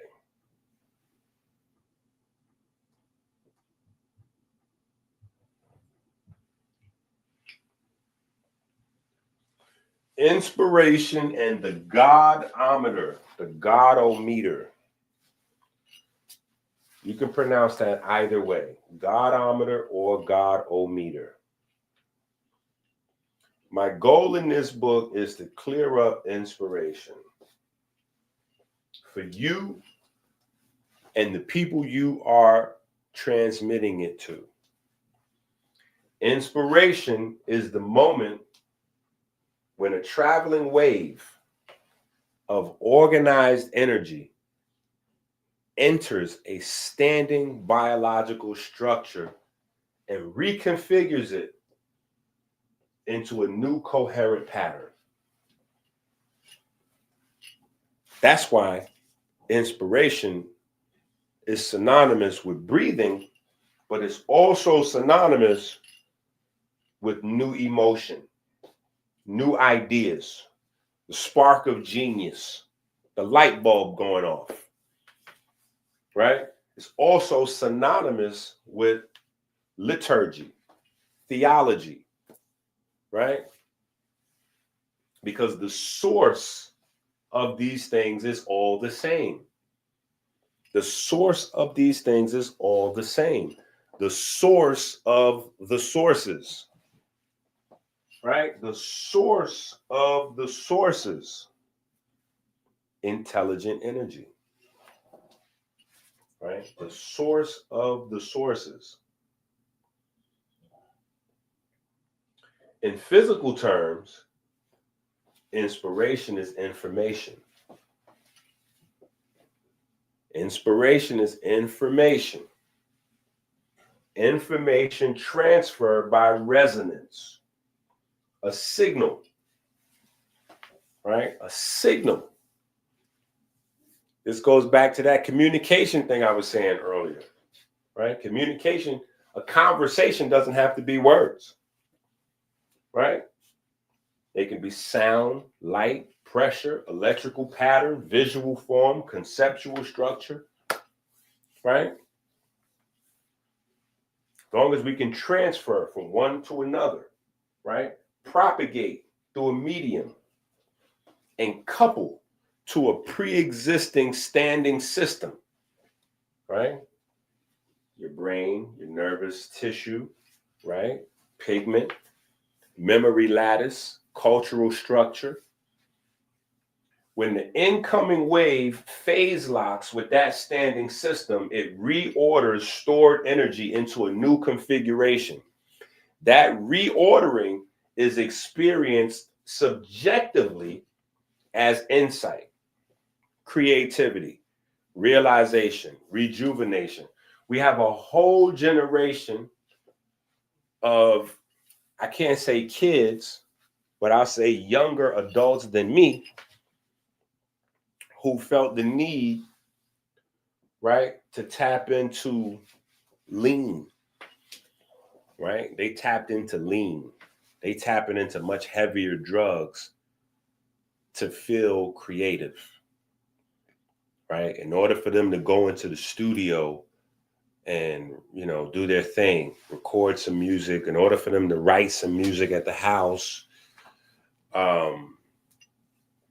or poetry or art, paint, whatever, make a beat, whatever. In order to get into a creative space, they're on heroin, they're on opioids, right? My generation, good old fashioned. I'm the last generation of natural marijuana. Natural marijuana. So people nowadays don't even have that to say. Like, oh, I only smoke weed. There's no such thing as only smoke weed. Weed is a hardcore drug nowadays. Weed is synthetic. It's GMO, genetically modified, which is the reason why there's so many different strains. None of those are land race. Most people don't even know what land race is. I talk to people all the time that know everything you can think of about weed. Oh, this is cupcakes. Oh, no, this is gorilla. This is gorilla mixed with cupcakes. This is purple cupcake. This is purple gorilla cupcake. All these different weed conversations. They don't know what land race means, right? That's the real stuff that grows the way nature, right? And if they had some of that, they would say it's garbage. That's headache weed, right? Because you're used to having so much concentrated THC in the genetically modified versions, right? And some of that stuff has other things, chemicals put in. You know what I'm saying? They even experimenting with fentanyl in different, you know, strains of weed and all that now. So it's wow, right? But just to get to that creative space, just to feel inspired, you know what I'm saying? People are popping the Molly, you know what I'm saying? Popping the Molly, popping the E-pills, popping the Addies, you know what I'm saying? And mixing that with the gas and mixing that with the syrup and the this and the that, one and the other, you know what I'm saying? But it's just to feel that spark. You know what I'm saying? Because that's so important. That transcends material station in life. The need to feel that spark, right? The same way a person that could be homeless needs to feel that spark, that connection to get your creative juices flowing. A person sitting in a $10, $20 million house may be pacing the floor back and forth trying to figure out how to get that same, neither of them knowing what the actual thing they're looking for is. They just know how to facilitate it. And yeah, I'm gonna go get me some Cisco.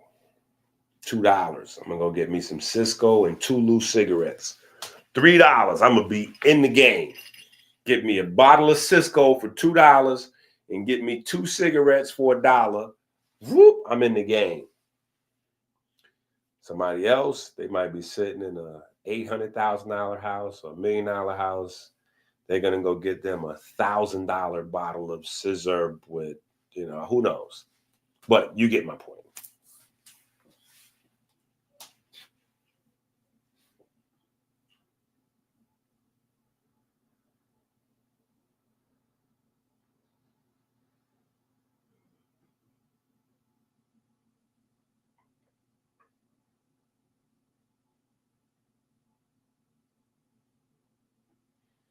Yeah, let me pull it up. Let me pull it up and show you what I'm saying. Because I don't mean land raised. I mean land race. So let me show y'all what I'm saying.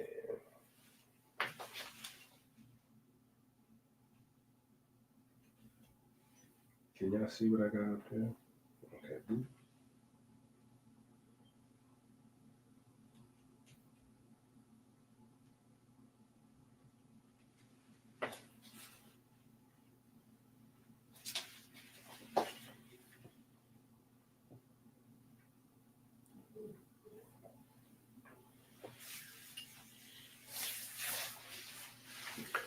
So land race and land raised is different, right? Land raised is what they call outdoor. You can have plenty of strong outdoor, different types of cannabis. It's less control over growing outdoor, right? But that is not the same as land race. Land race is the original strands of hemp, marijuana, cannabis. Yeah. Without any human messing around. This is just the original plants as they were naturally. Right? But then they started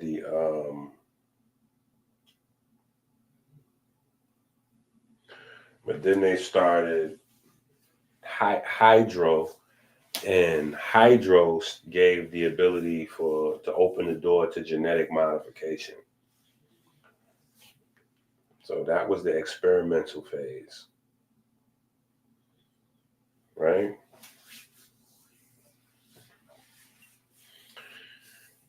Now you got land race, similar but different.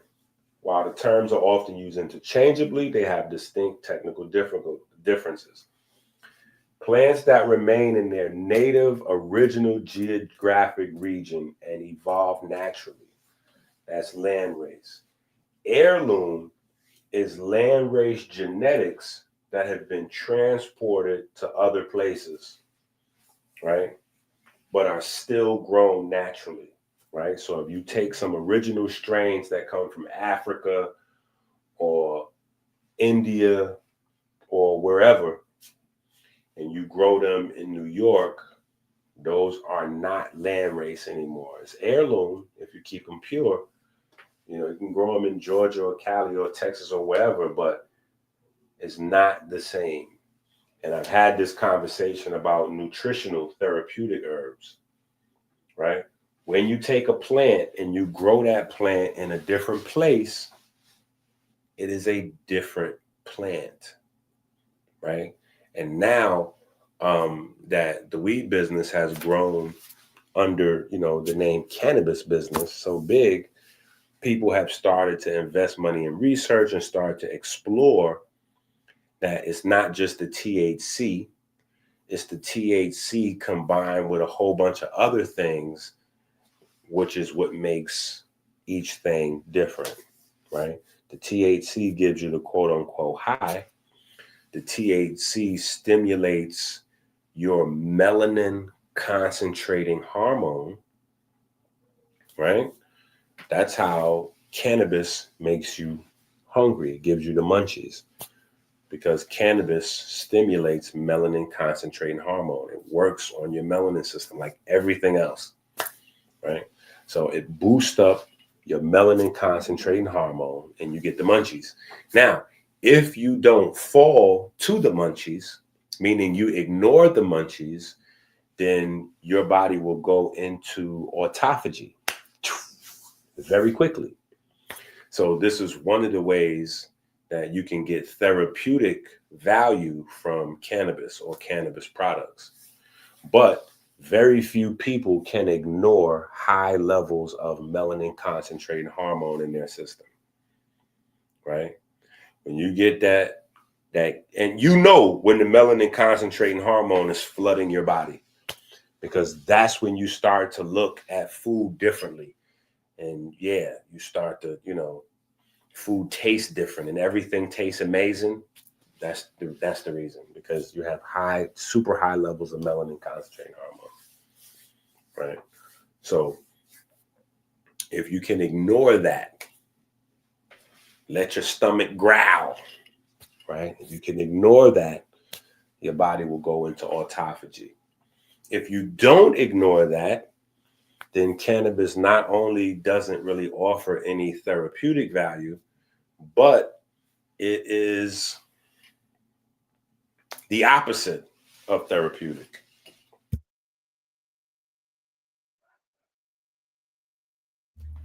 Because now you're going to have cheap, fatty, sugary foods, which are going to, take your health, obviously, in the opposite direction.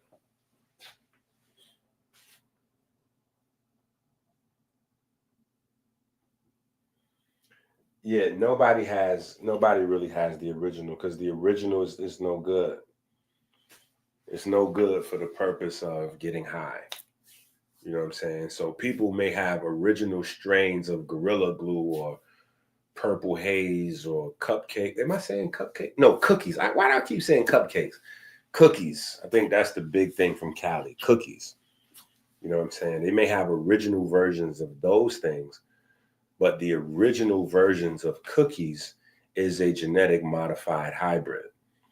The original version of, Gorilla Glue or whatever these things, these are all. Anyway, that's why I don't like mentioning cannabis, because we never get into we never get into an endocannabinoid conversation about autophagy, inflammation, and blah blah blah. It goes to a weed conversation. But anyway, back to the book. Back to the book.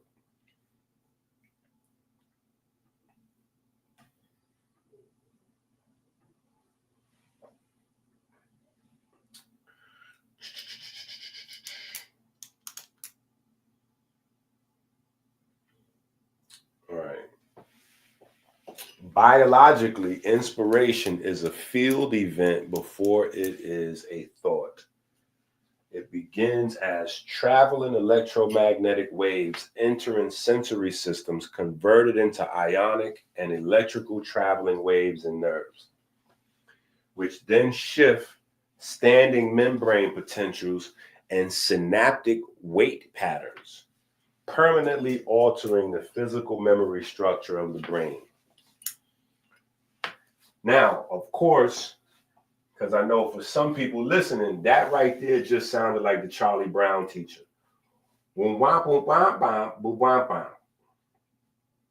Right? I get it. That's we have a book though.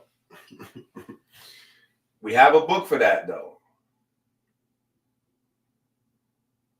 And of course I can't find it. But it's called If P, Then Q. If P, then Q.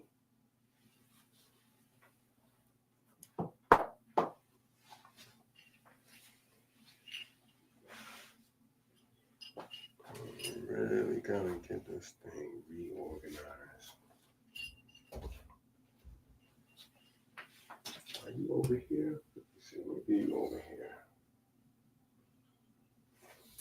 No, you are not over here because these are all Rich Abs books. Okay, yeah, I don't know where it is. But we do have a book on it. The If P Then Q book. Where we walk through brain activity in greater detail. Right? But I'll go over this hopefully to provide a little bit of clarity. Biologically, inspiration is a field event before it is a thought. All right, field event. That word field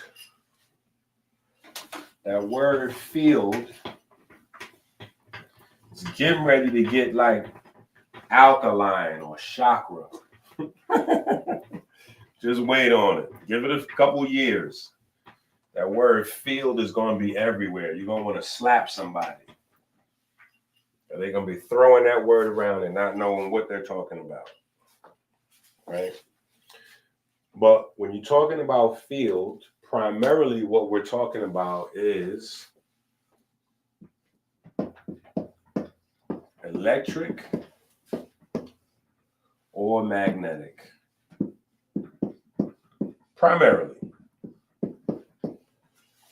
Right? Primarily what we're talking about, electric or magnetic. Now, past that, we have mechanical. Right? These are your two primary types of waves. Electromagnetic waves, mechanical waves. Right? Then you have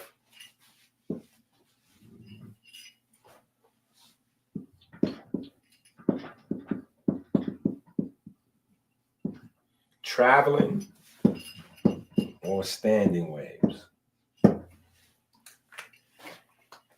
Right? Now, the fact that it is a wave means there is a substance. The fact that it is a wave means there is a substance. There is something waving. Right? There's something waving. And that takes us back to the two primary definitions of energy. Right? Potential and kinetic. So if you want to think of it as water, right? Water, perfectly still. Now, we know that that doesn't really exist, but imagine in your mind, there's an ocean. And there's no movement in the ocean anywhere, at the top or all the way to the bottom. There's no movement in the ocean. The ocean is perfectly still. Right?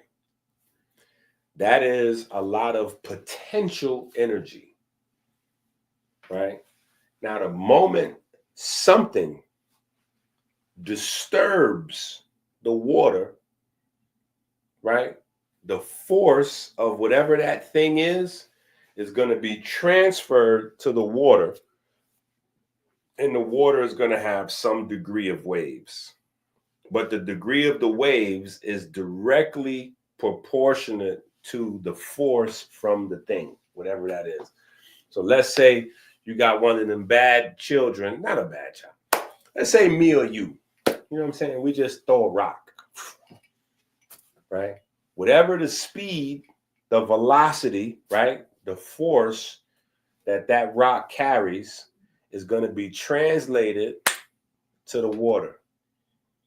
And it's going to cause the water to, right?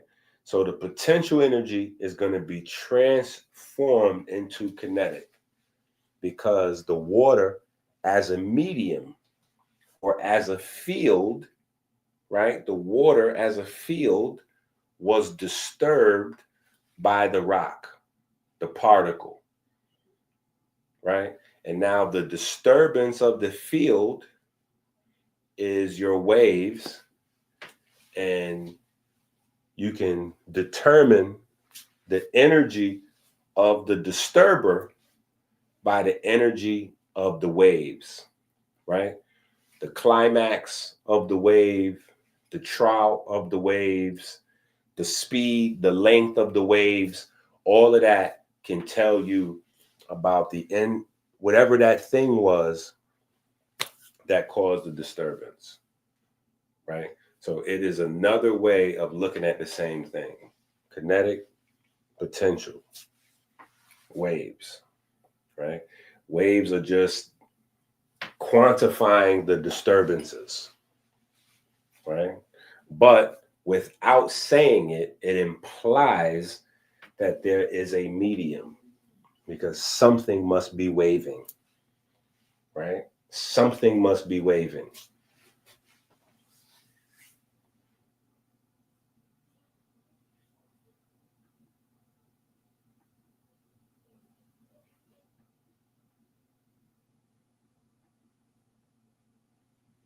Boy, you said my camera's off?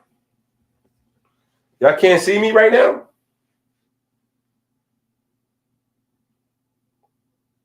I can see me.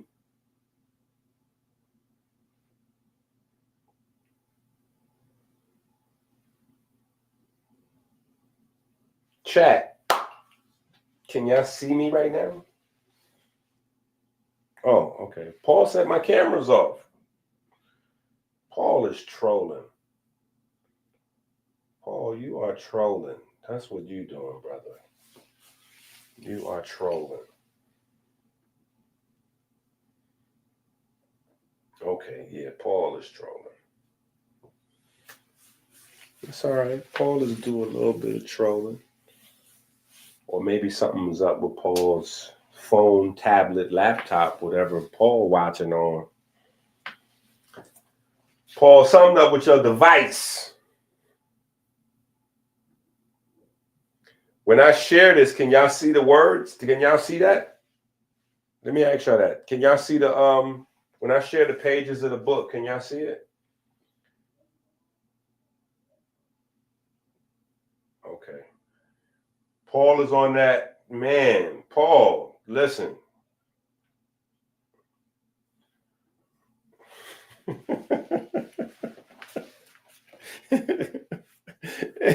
Paul is on them cookies. Paul is on that. Paul is on that Gorilla Glue.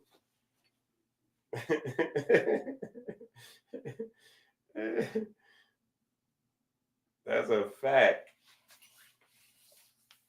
So you got your breakdown though. You got typical, electromagnetic, mechanical, and then when describing what's going on with the waves, traveling, standing, right?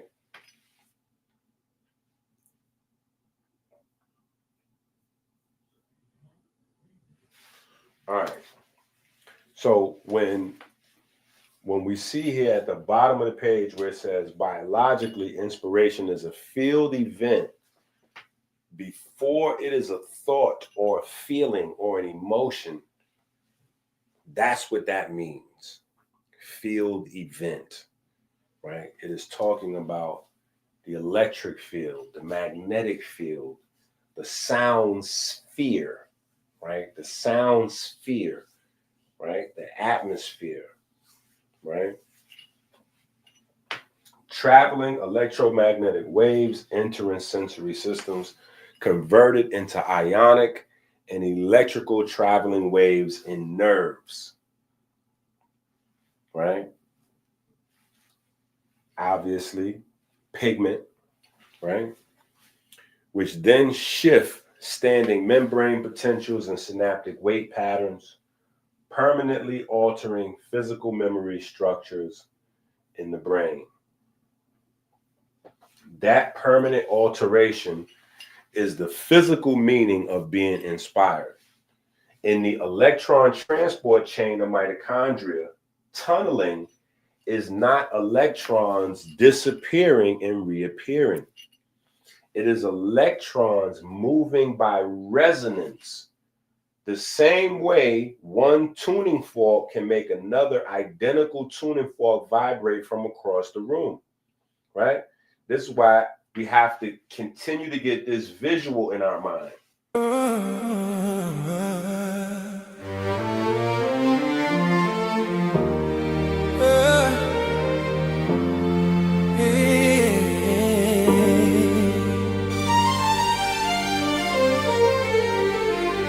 Rolling through the sand like a thought in disguise. The scarab spins truth where the cosmos collide. Energy whispers, it never says goodbye. The Beatles crawl, the Beatles rise.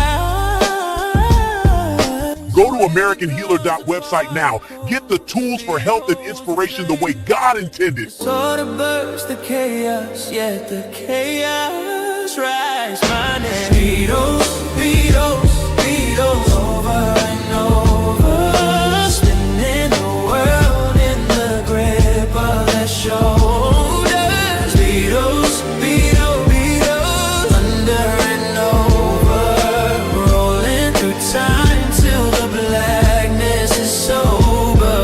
The heat fades lower, the order begins.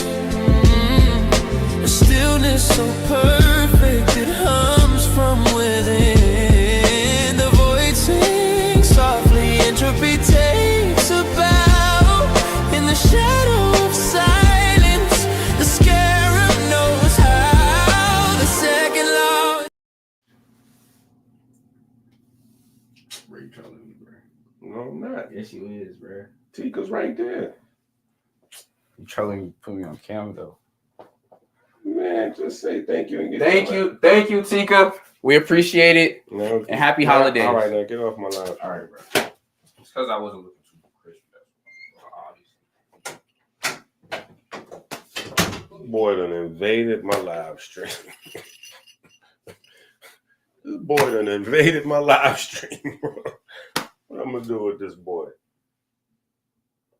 Talking about where is Tika on the live stream? I'm on the live stream. What's wrong with him? Boy, wow. All right. So the permanent alteration is the physical meaning of being inspired. In the electron transport chain of mitochondria, tunneling is not electrons disappearing and reappearing. It is electrons moving by resonance, the same way a tuning fork can make another identical tuning fork vibrate from across the room. This is where we get to the specifics of God being music.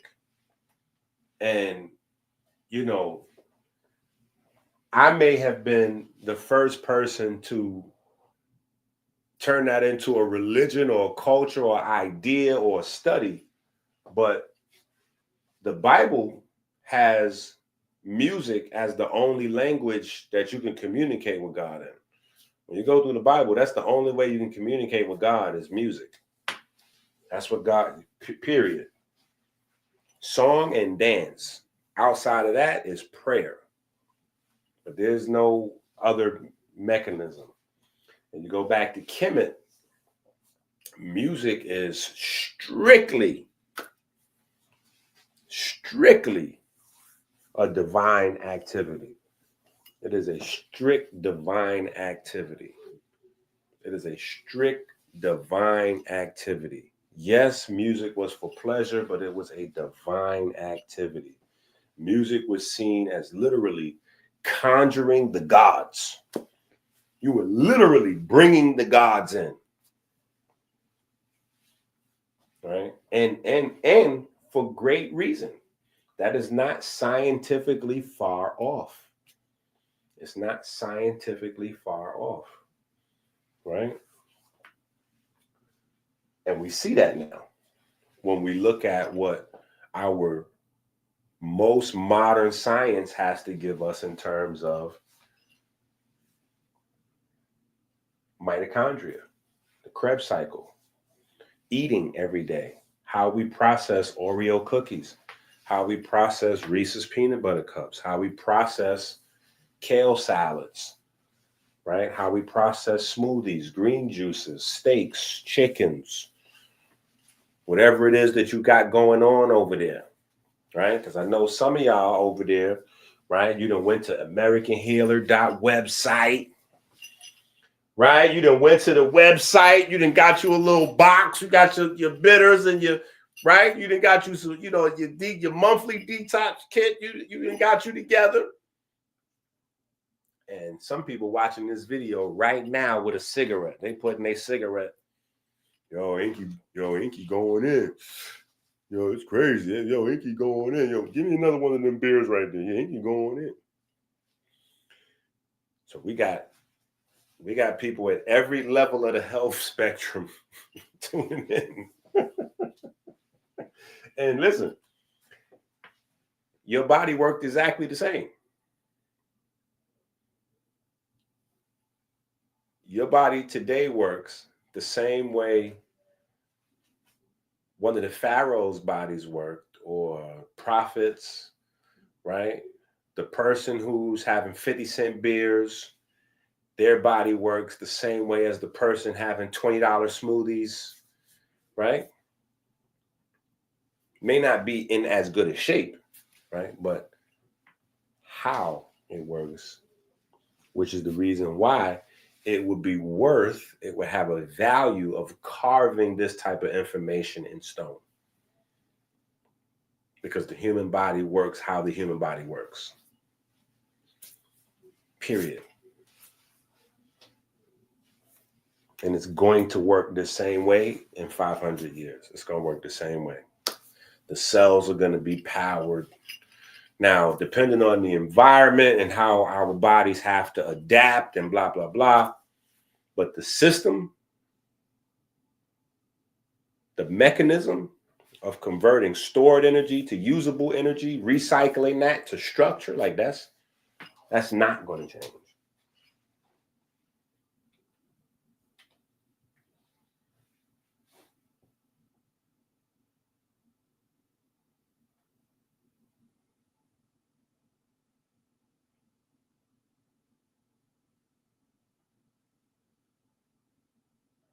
No, that's serious. That's serious.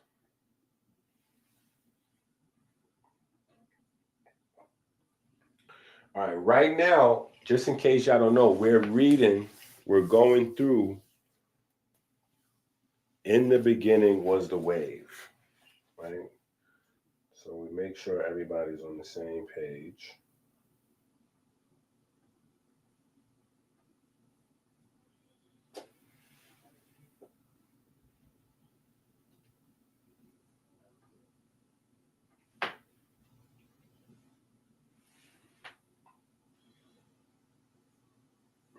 Right, let's make sure we're on the same page. We are in this book. This is what we're on right now.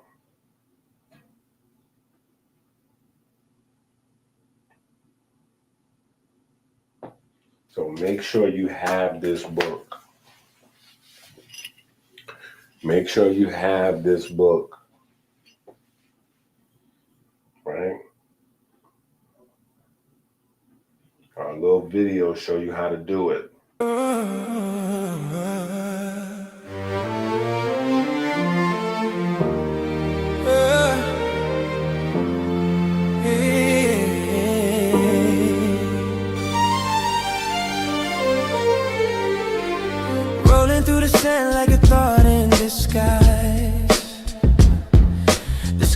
is truth where the cosmos collide. Energy whispers, it never says goodbye.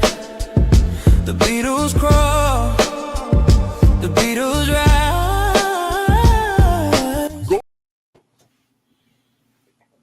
So make sure you have this book.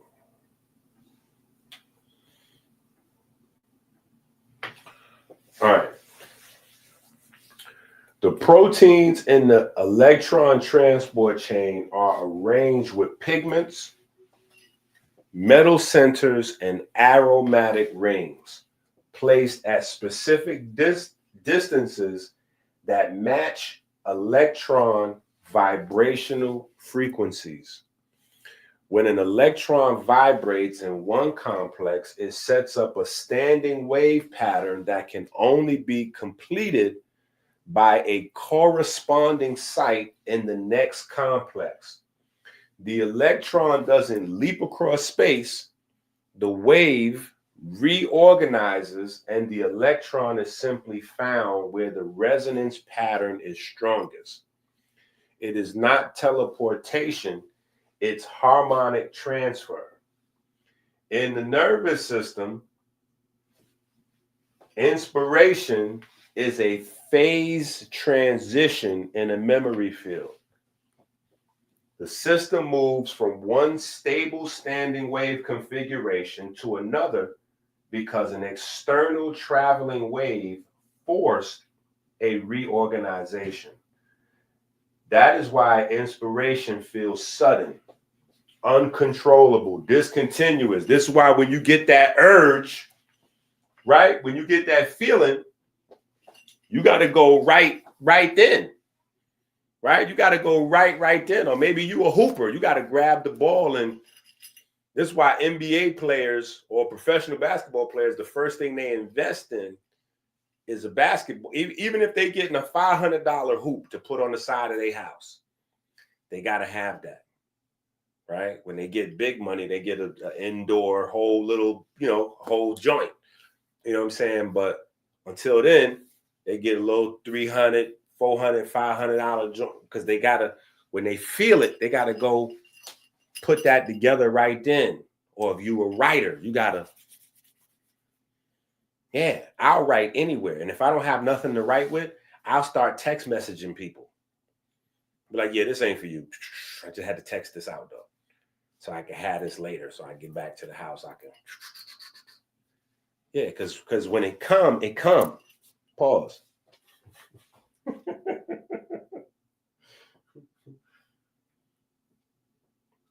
Right?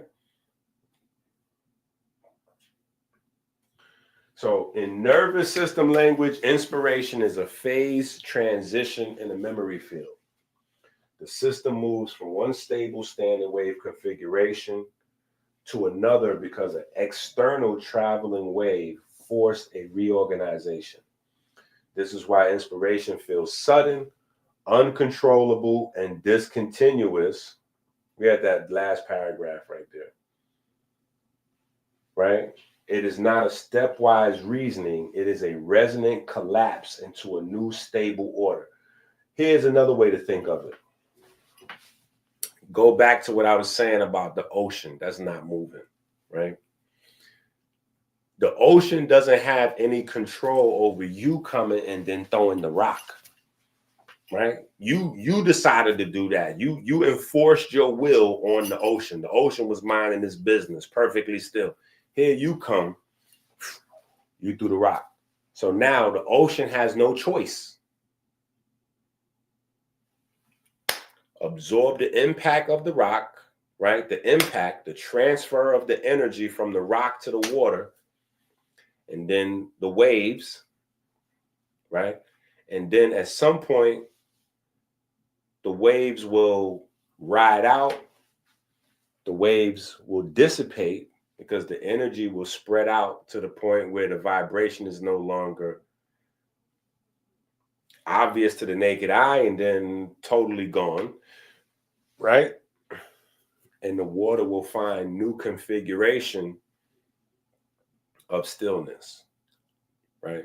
But in the process of the vibrating, the water molecules all switched and went wherever they went.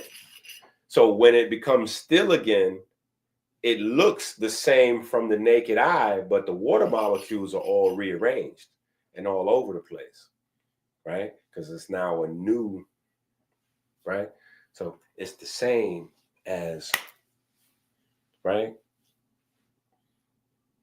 Oh, man, right? And then when we have conversations like this, right? The way the human mind is designed, because you're designed to be inspired. You're designed to be creative. When you have one of those moments, dopamine is released. The same way, like if you hit a blunt, dopamine is released. Or if you snort cocaine or sip some lean. When you have one of those moments of inspiration, dopamine is released. So if you enjoy these type of studies or conversations, it's because while you're listening, dopamine is being released. Because God wants you to continue to do this. We are hardwired for creativity. We're hardwired for genius. So we are attracted to things that inspire us. Inspiration.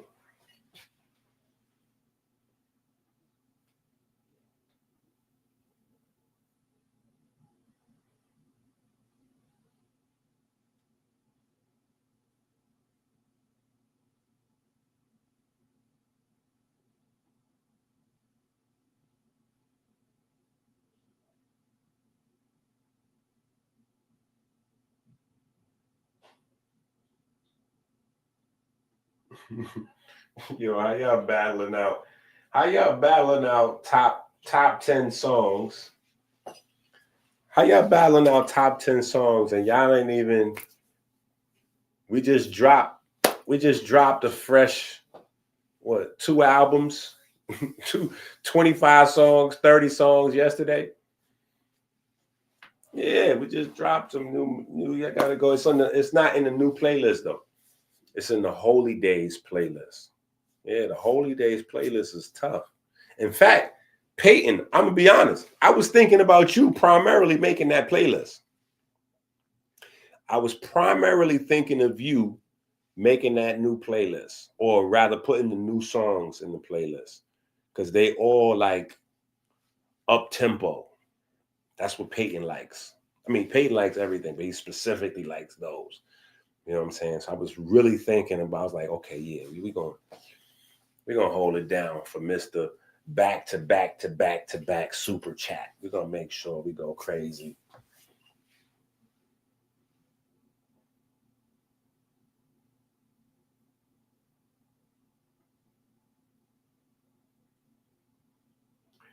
I gotta see a picture of that joint. You gotta send me a picture of that.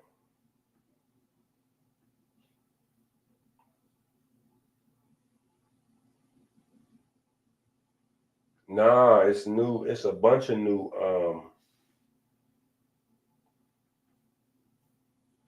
It's a bunch of new joints in there. I'm not gonna play it right now. I might play some later because I want to stick with the book, stick with the science. But I will show you them joints real quick. I will show them to you real quick.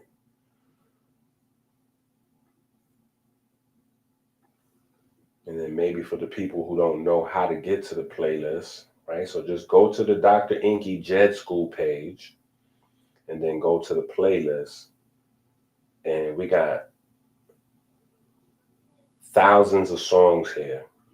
The music industry shut down, but we did not. Yeah, so when you come into the Holy Day, this is where I'm talking about. We put the new songs. So remember, it was only like 5 or 6 new songs in here. I mean, I think it was like 6 songs in here. Let me see. It was, 1, 2, 3, 4, 5. Yeah, it was only 6 songs in this playlist.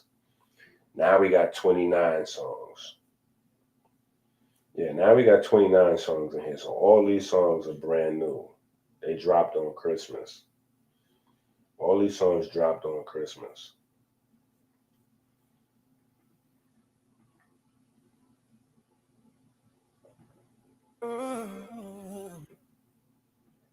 Okay.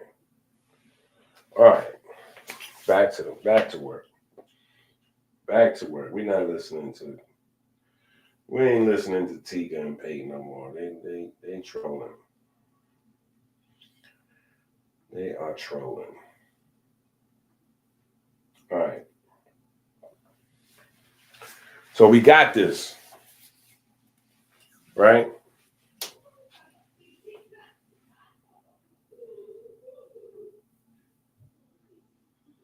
Inspiration is the point where organized traveling motion writes itself into biological standing structure. Right? If you don't have the book yet, if you have not ordered this book yet, you should be writing this down. You should be writing this down. Right? If you don't have the book yet, you should be writing this down. If you do have the book, you should be highlighting this. You should be underlining this or using a highlighter to highlight this page. Inspiration is the point where organized traveling motion writes itself into biological standing structure. Inspiration is the point where organized traveling motion writes itself into biological standing structure. It is not supernatural. It is not metaphor. It is the physics of how motion becomes meaning inside living matter. In Kemet, the supreme creative entity, Re, is not represented as a man crafting objects with hands. Re is represented through glyphs that encode radiation, oscillation, and enclosure, a standing wave and a resonant wave cavity. The solar disk itself is a closed, bound resonance field. The daily journey of Re across the sky and through the duat is a traveling wave propagating energy moving through layered domains. From the very beginning, Kemetic theology did not depict God as a personality outside of nature, but as the ordered behavior of energy itself, standing where it is stored, traveling where it transmits. This is not symbolic. Wait, did I leave y'all? Let me see. No, we on the same page. The solar disk. Oh, okay, yeah. This is not symbolic imagination in the modern sense. It is a field description using pre-mathematical language. God isn't outside creation, he is in it. Genesis chapter 2, verse 7 implies it. He breathes himself into you. You don't create life, you reproduce it. Right? You don't create life, you reproduce it. You have a reproduction system. You are reproducing. Now place the 3-4-5 triangle directly inside that motif. The 3-4-5 triangle is the simplest geometric device that converts two perpendicular oscillations into a coherent traveling result. One direction oscillates over a length of 3 units, the perpendicular direction oscillates over 4 units, and the diagonal resultant is 5 units. This is not numerology, this is vector physics. Any two perpendicular wave components interact, the resultant energy does not remain perpendicular. It travels diagonally as a resolved vector. The 3-4-5 triangle is therefore not just a masonry tool. It is a physical operator that converts stored oscillation into directed propagation. In that sense, it literally functions as a device, a measuring device for organized motion of waves. This is the Godometer or Godometer. Yeah, I came up with that.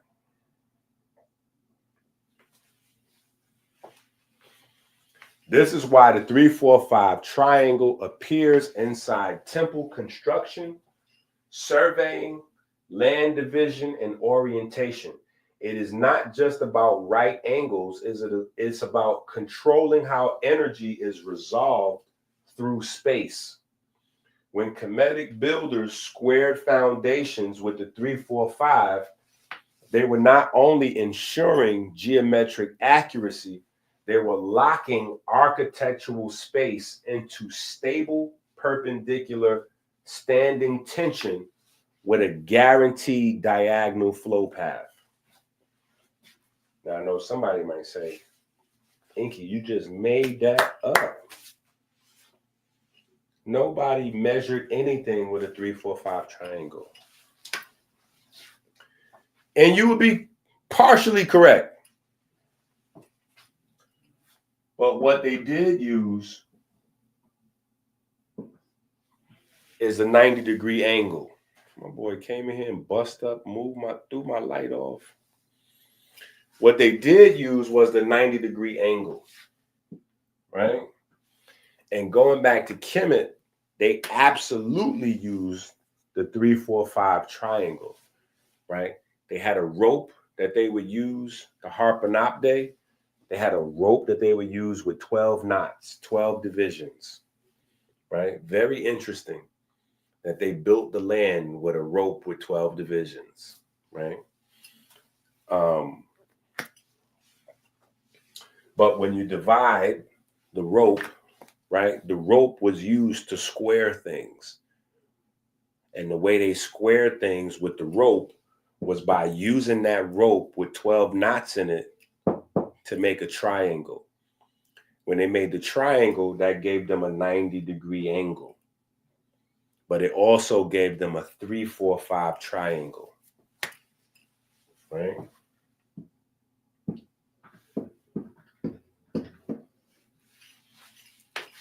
Three plus 4 is 7, plus 5 is 12, right?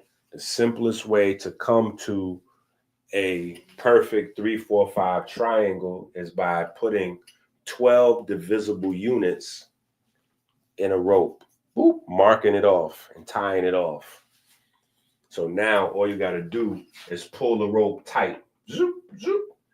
Once you pull the rope tight into a right angle triangle, you have a 3-4-5. And this is what the early masons or builders in Kemet used. Right? And just so that we are tight, because we may have some new folks. We've been discussing this for a long time, but we may have some new folks. So we can go over here and see what Gemini says.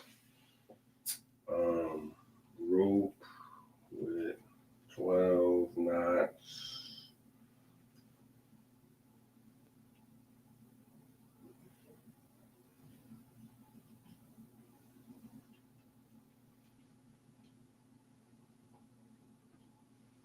Yeah, I do not know how to spell that word. I definitely butchered that. Okay, there we go. It wasn't that bad. I wasn't that far off. The phase rope with 12 knots refers to an ancient Egyptian measuring tool used by surveyors and builders called the rope stretchers, the harpanopte. Harpanopte is a Greek term for the ancient Egyptian surveyors, literally meaning rope stretchers.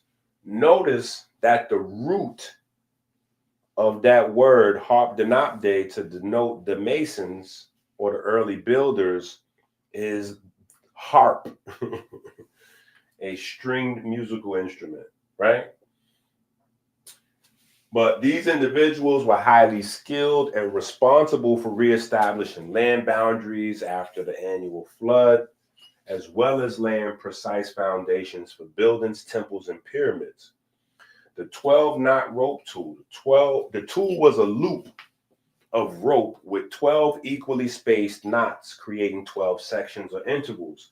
This simple device was used to create perfect right angles using a technique based on what we now call the Pythagorean theorem, which was formalized by a Greek mathematician, Pythagoras, much later, who actually never existed. Anyway, how it worked.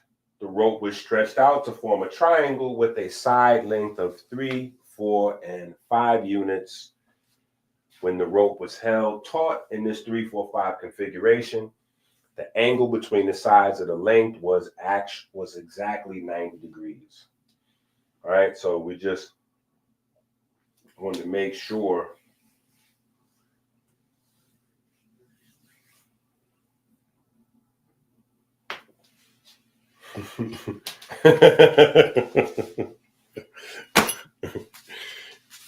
glad I could give you one.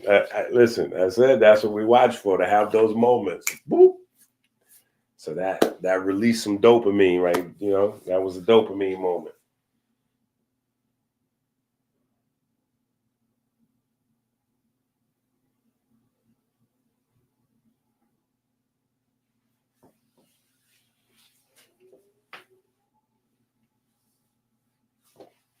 Those are onlyfacts.com. That is a fact. I don't think people nowadays have those intentions, purposes, or but absolutely. There's a reason why, you know, even the scarab, right, or the lev, you know what I'm saying, was used as an amulet for the weighing of the heart ceremony and all that. So it's absolutely facts to that.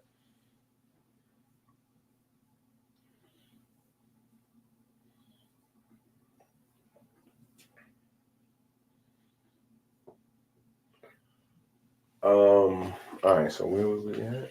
What y'all things say there? Okay, the 3, 4, 5 triangle appears inside temple construction, surveying, blah, blah, blah, blah, blah.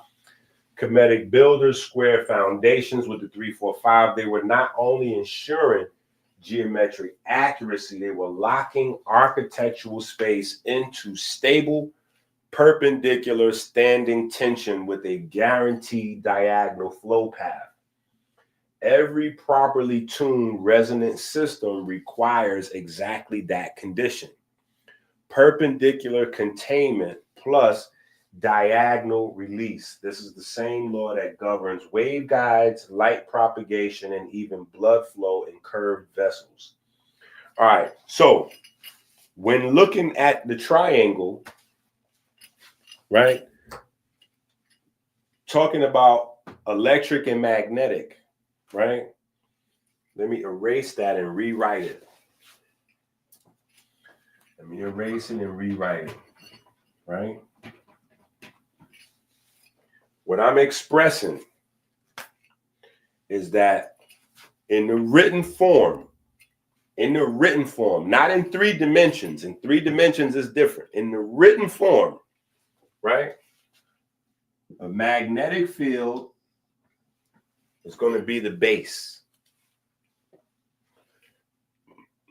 Magnetic field is going to be the base. The electric field is going to be the rise, right? And your representation of the combination of the electric field and the magnetic field is going to be your run, right? But this is how an electric field and a magnetic field interact to produce light.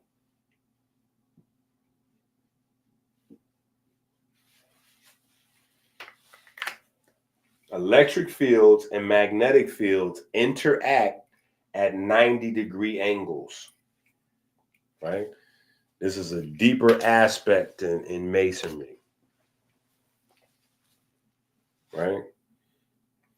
Electric fields and magnetic fields interact at 90-degree angles to produce light.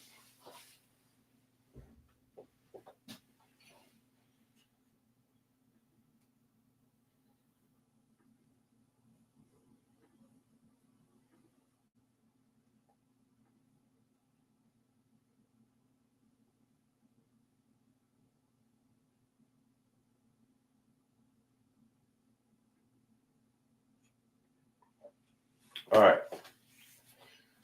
Hold on. Get you on the next page.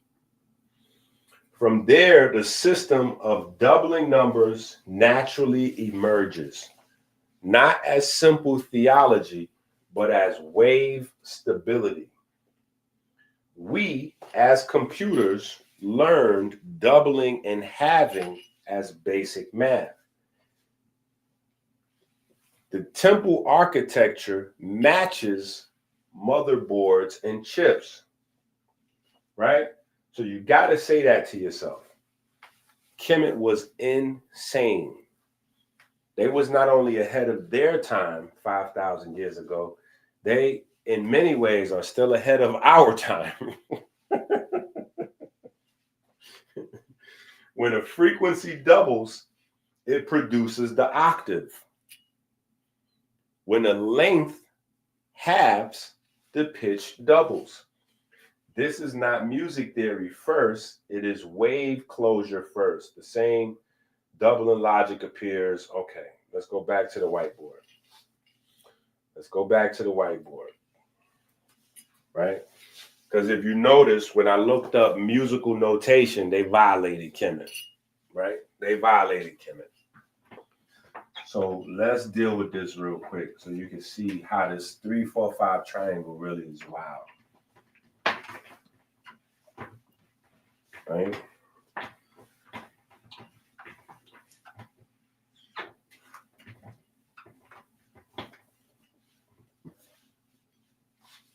That's why y'all have to have these books. Y'all know you could wake up one day and all the books be don't play. All right. So let's look at a line. Let's take a line. Right? Remember in the trigonometry book, where's the trigonometry book? Where's the trigonometry book?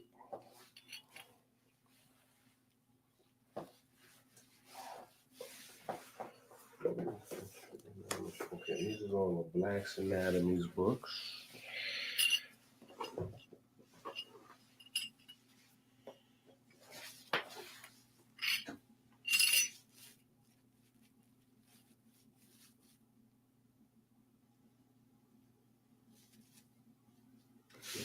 A thick book. Where is the book at?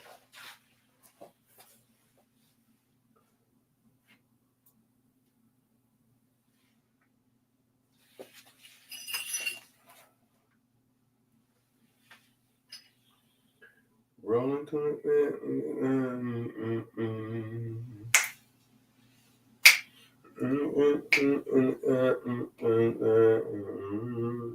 energy whisper. Never says goodbye. Okay. In this book right here, the trigonometry book. Right? In the trigonometry book, we go through. It might even make sense for us to go through some of this book. Some of y'all may not have this book. So maybe we should go here. Let me sit this right here. We might go through some of this. Right? I think we should go through that real. Just touch. How that song? Touch it, bring it, bang it. Once you turn it, leave it. Not one man. Touch it, bring it, bang it. Yeah, we might have to touch that book right there real quick. Right? Okay.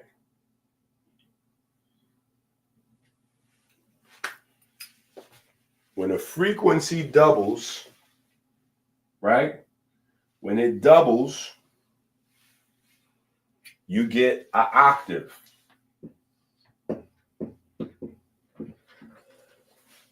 Okay? When it doubles, you get an octave.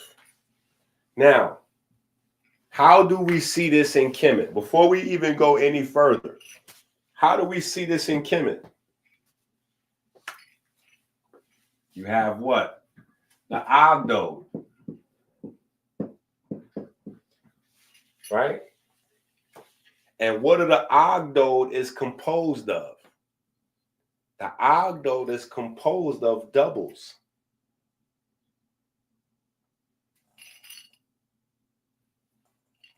Literally. Right? Okay. Okay. They trying to violate Kemet. It's okay. It's all right.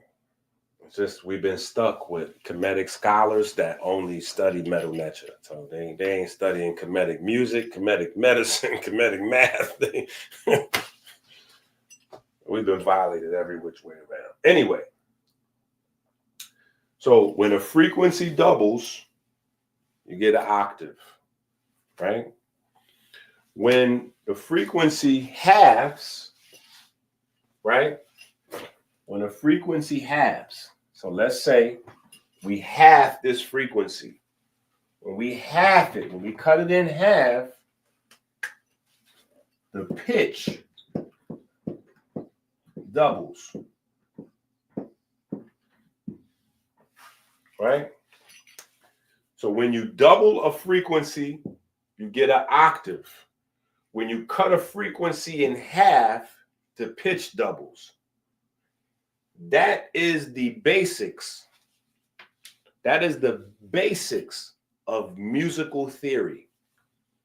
Musical theory is Kemetic theology. Musical theory is Kemetic theology. But hold on. Because remember, when we're talking about music, right? We're talking about mechanical waves. We're talking about mechanical waves. But all of the rules and the laws that apply to mechanical waves, for the most part anyway, also apply to electromagnetic.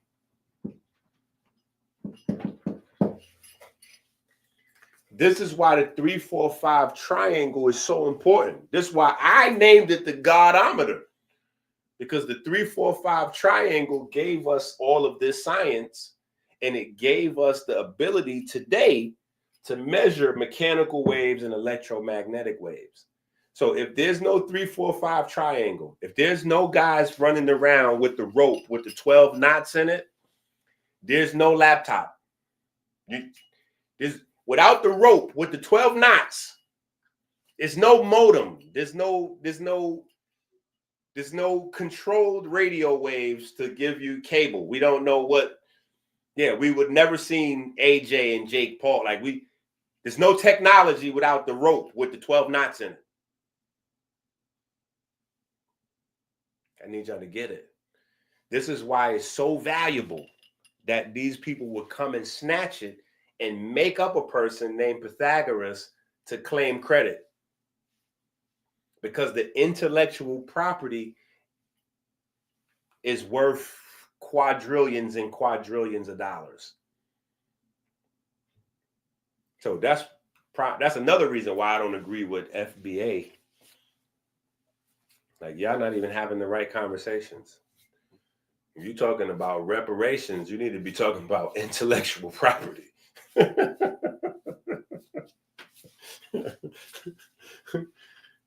So anyway, you double the frequency, you get an octave. You cut it in half, the pitch doubles.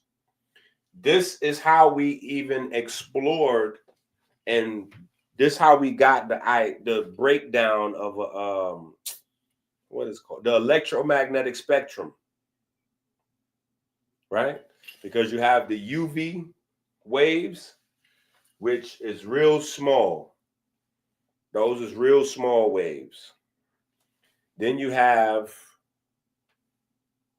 what you got first? Okay, you go UV, visible, and then it's infrared. And then after infrared, you got short, long infrared. Then I believe it's microwave. Is it microwave? It might be microwave, and then it's radio wave. I know radio waves is super large. Super large waves. Right? Radio waves can wrap around Earth. Radio waves are big. Right? So the 3-4-5 triangle gives us the ability to understand all of these different things. Right? And it's through, let's just put it over here, doubling and halving.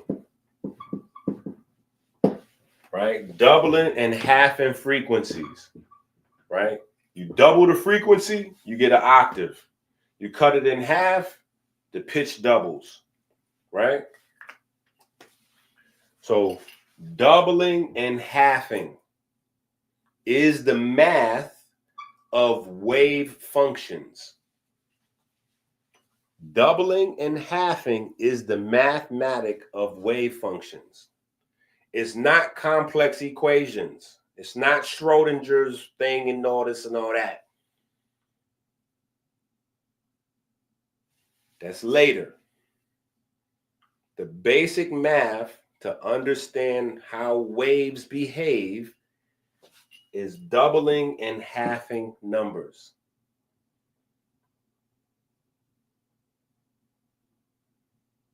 So remember, we talked about the quadrivium and the trivium, right? And I said that is one of the things that the Greeks got from Kemet, right? And it's passed on and passed down through history by Masons, right? Because the churches kind of outlawed it. Yeah, the churches kind of outlawed it, and the Masons went underground with it, right? And that's where you get the whole, what is that, 13th century, where they hung all of the Templars and one of the other dudes and whatever. I don't know the story. It's somewhere in the back of my memory somewhere, right?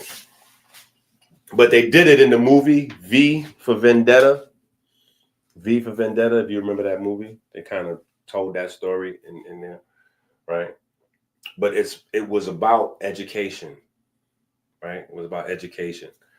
So the educational system from Kemet had to go underground, right? And then in the Renaissance era, it becomes what's called the Invisible College, right? Or the Invisible. I think that was the popular name, Invisible College. But anyway, doubling and halving is the basic arithmetic in Kemet.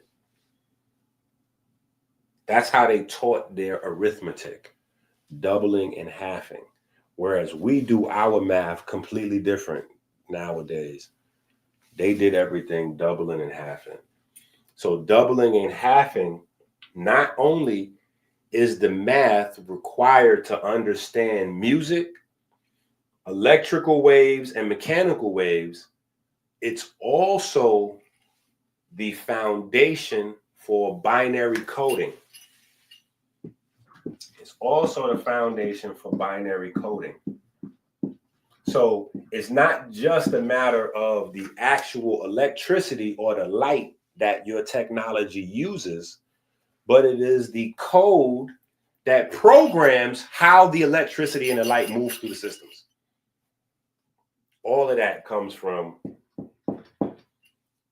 the math, the arithmetic, the basic math in Kemet. Think about that. Because you'll be misled to believe that complicated equations, linear calculus, and, geometric, trigonometry and algebra. And you need these things to deal with complex. No, the basic arithmetic, and we're going to go through some in a second.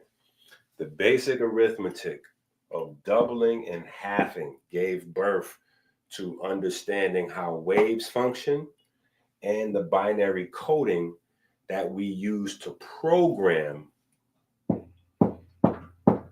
wave functions in real time, like in our laptops, computers, cameras, electron microscopes, and radio, TV, lights, cameras, action, all of the technology we are so proud of today. Right? So when a frequency doubles, it's an octave. When the length halves, the pitch doubles. This is not music theory first. The same science, the same math, string harmonics, pianos, organs, binary arithmetic, electrical oscillators, calendar cycles, as well as biological rhythms. So even understanding anatomy, because so much of your anatomy is based on mechanical and electromagnetic waves. Remember, your body is made from crystals, special crystals, right? But crystals nonetheless, right? If you had any doubt that your body was made out of crystals, all you have to do is check and see how many different aspects of your body are piezoelectric. The reason why you have piezoelectric body parts is because they are crystals, not necessarily the same type of crystal as like a quartz or a ruby or a diamond. But crystal nonetheless, because a crystal is less about, like having a jewel or, like a polished stone that you can wear, and more about how the atoms are arranged in regular intervals, right? They're arranged in regular intervals. Those regular intervals allow for mechanical pressure to be converted to electrical signals. Right? And those electrical signals can be interpreted with binary coding. Oh man, my battery.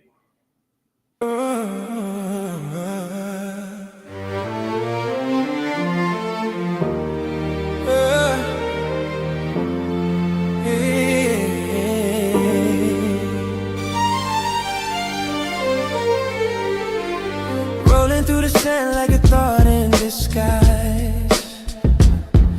The scarab spins truth where the cosmos collide. Energy whispers, it never says goodbye. The Beatles crawl, the Beatles rise. Go to AmericanHealer.website now. Get the tools for health and inspiration the way God intended. Sort of burst the chaos, yet the chaos rise. My name Beatles, Beatles, Beatles, over and over, spinning the world in the grip of their shoulders. Beatles, Beatles, Beatles, under and over, rolling through time till the blackness is sober. The heat fades lower, the order begins.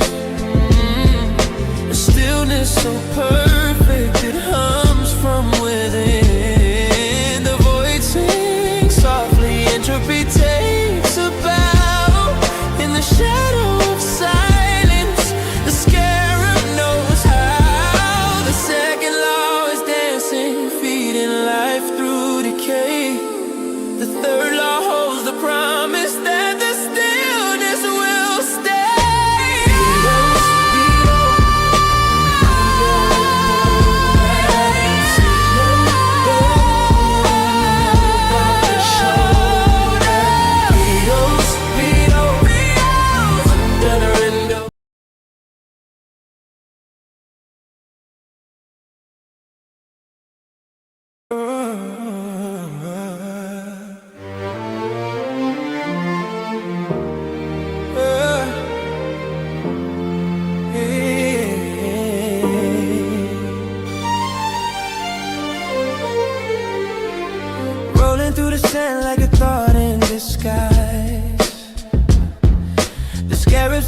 truth where the cosmos collide. Energy whispers, it never says goodbye. The Beatles crawl, the Beatles rise. Go to AmericanHealer.website now. Get the tools for health and inspiration the way God intended. Sort of burst the chaos, yet the chaos rise. My name Beatles, Beatles, Beatles, over and over, spinning the world in the grip of their shoulders. Beatles, Beatles, Beatles, under and over, rolling through time till the blackness is sober. The heat fades lower, the order begins. The stillness so perfect, it hums from within. The void sings softly, entropy takes a bow. In the shadow of silence, the scarab knows how. The second law is dancing, feeding life through decay. The third law holds the promise that the stillness will stay.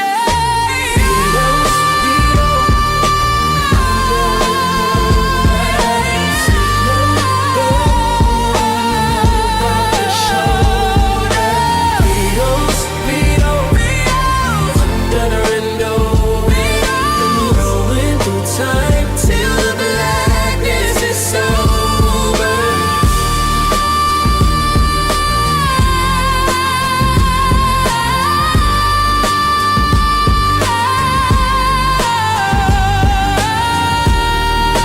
Go to AmericanHealer.website now. Get the tools for health and inspiration the way God intended.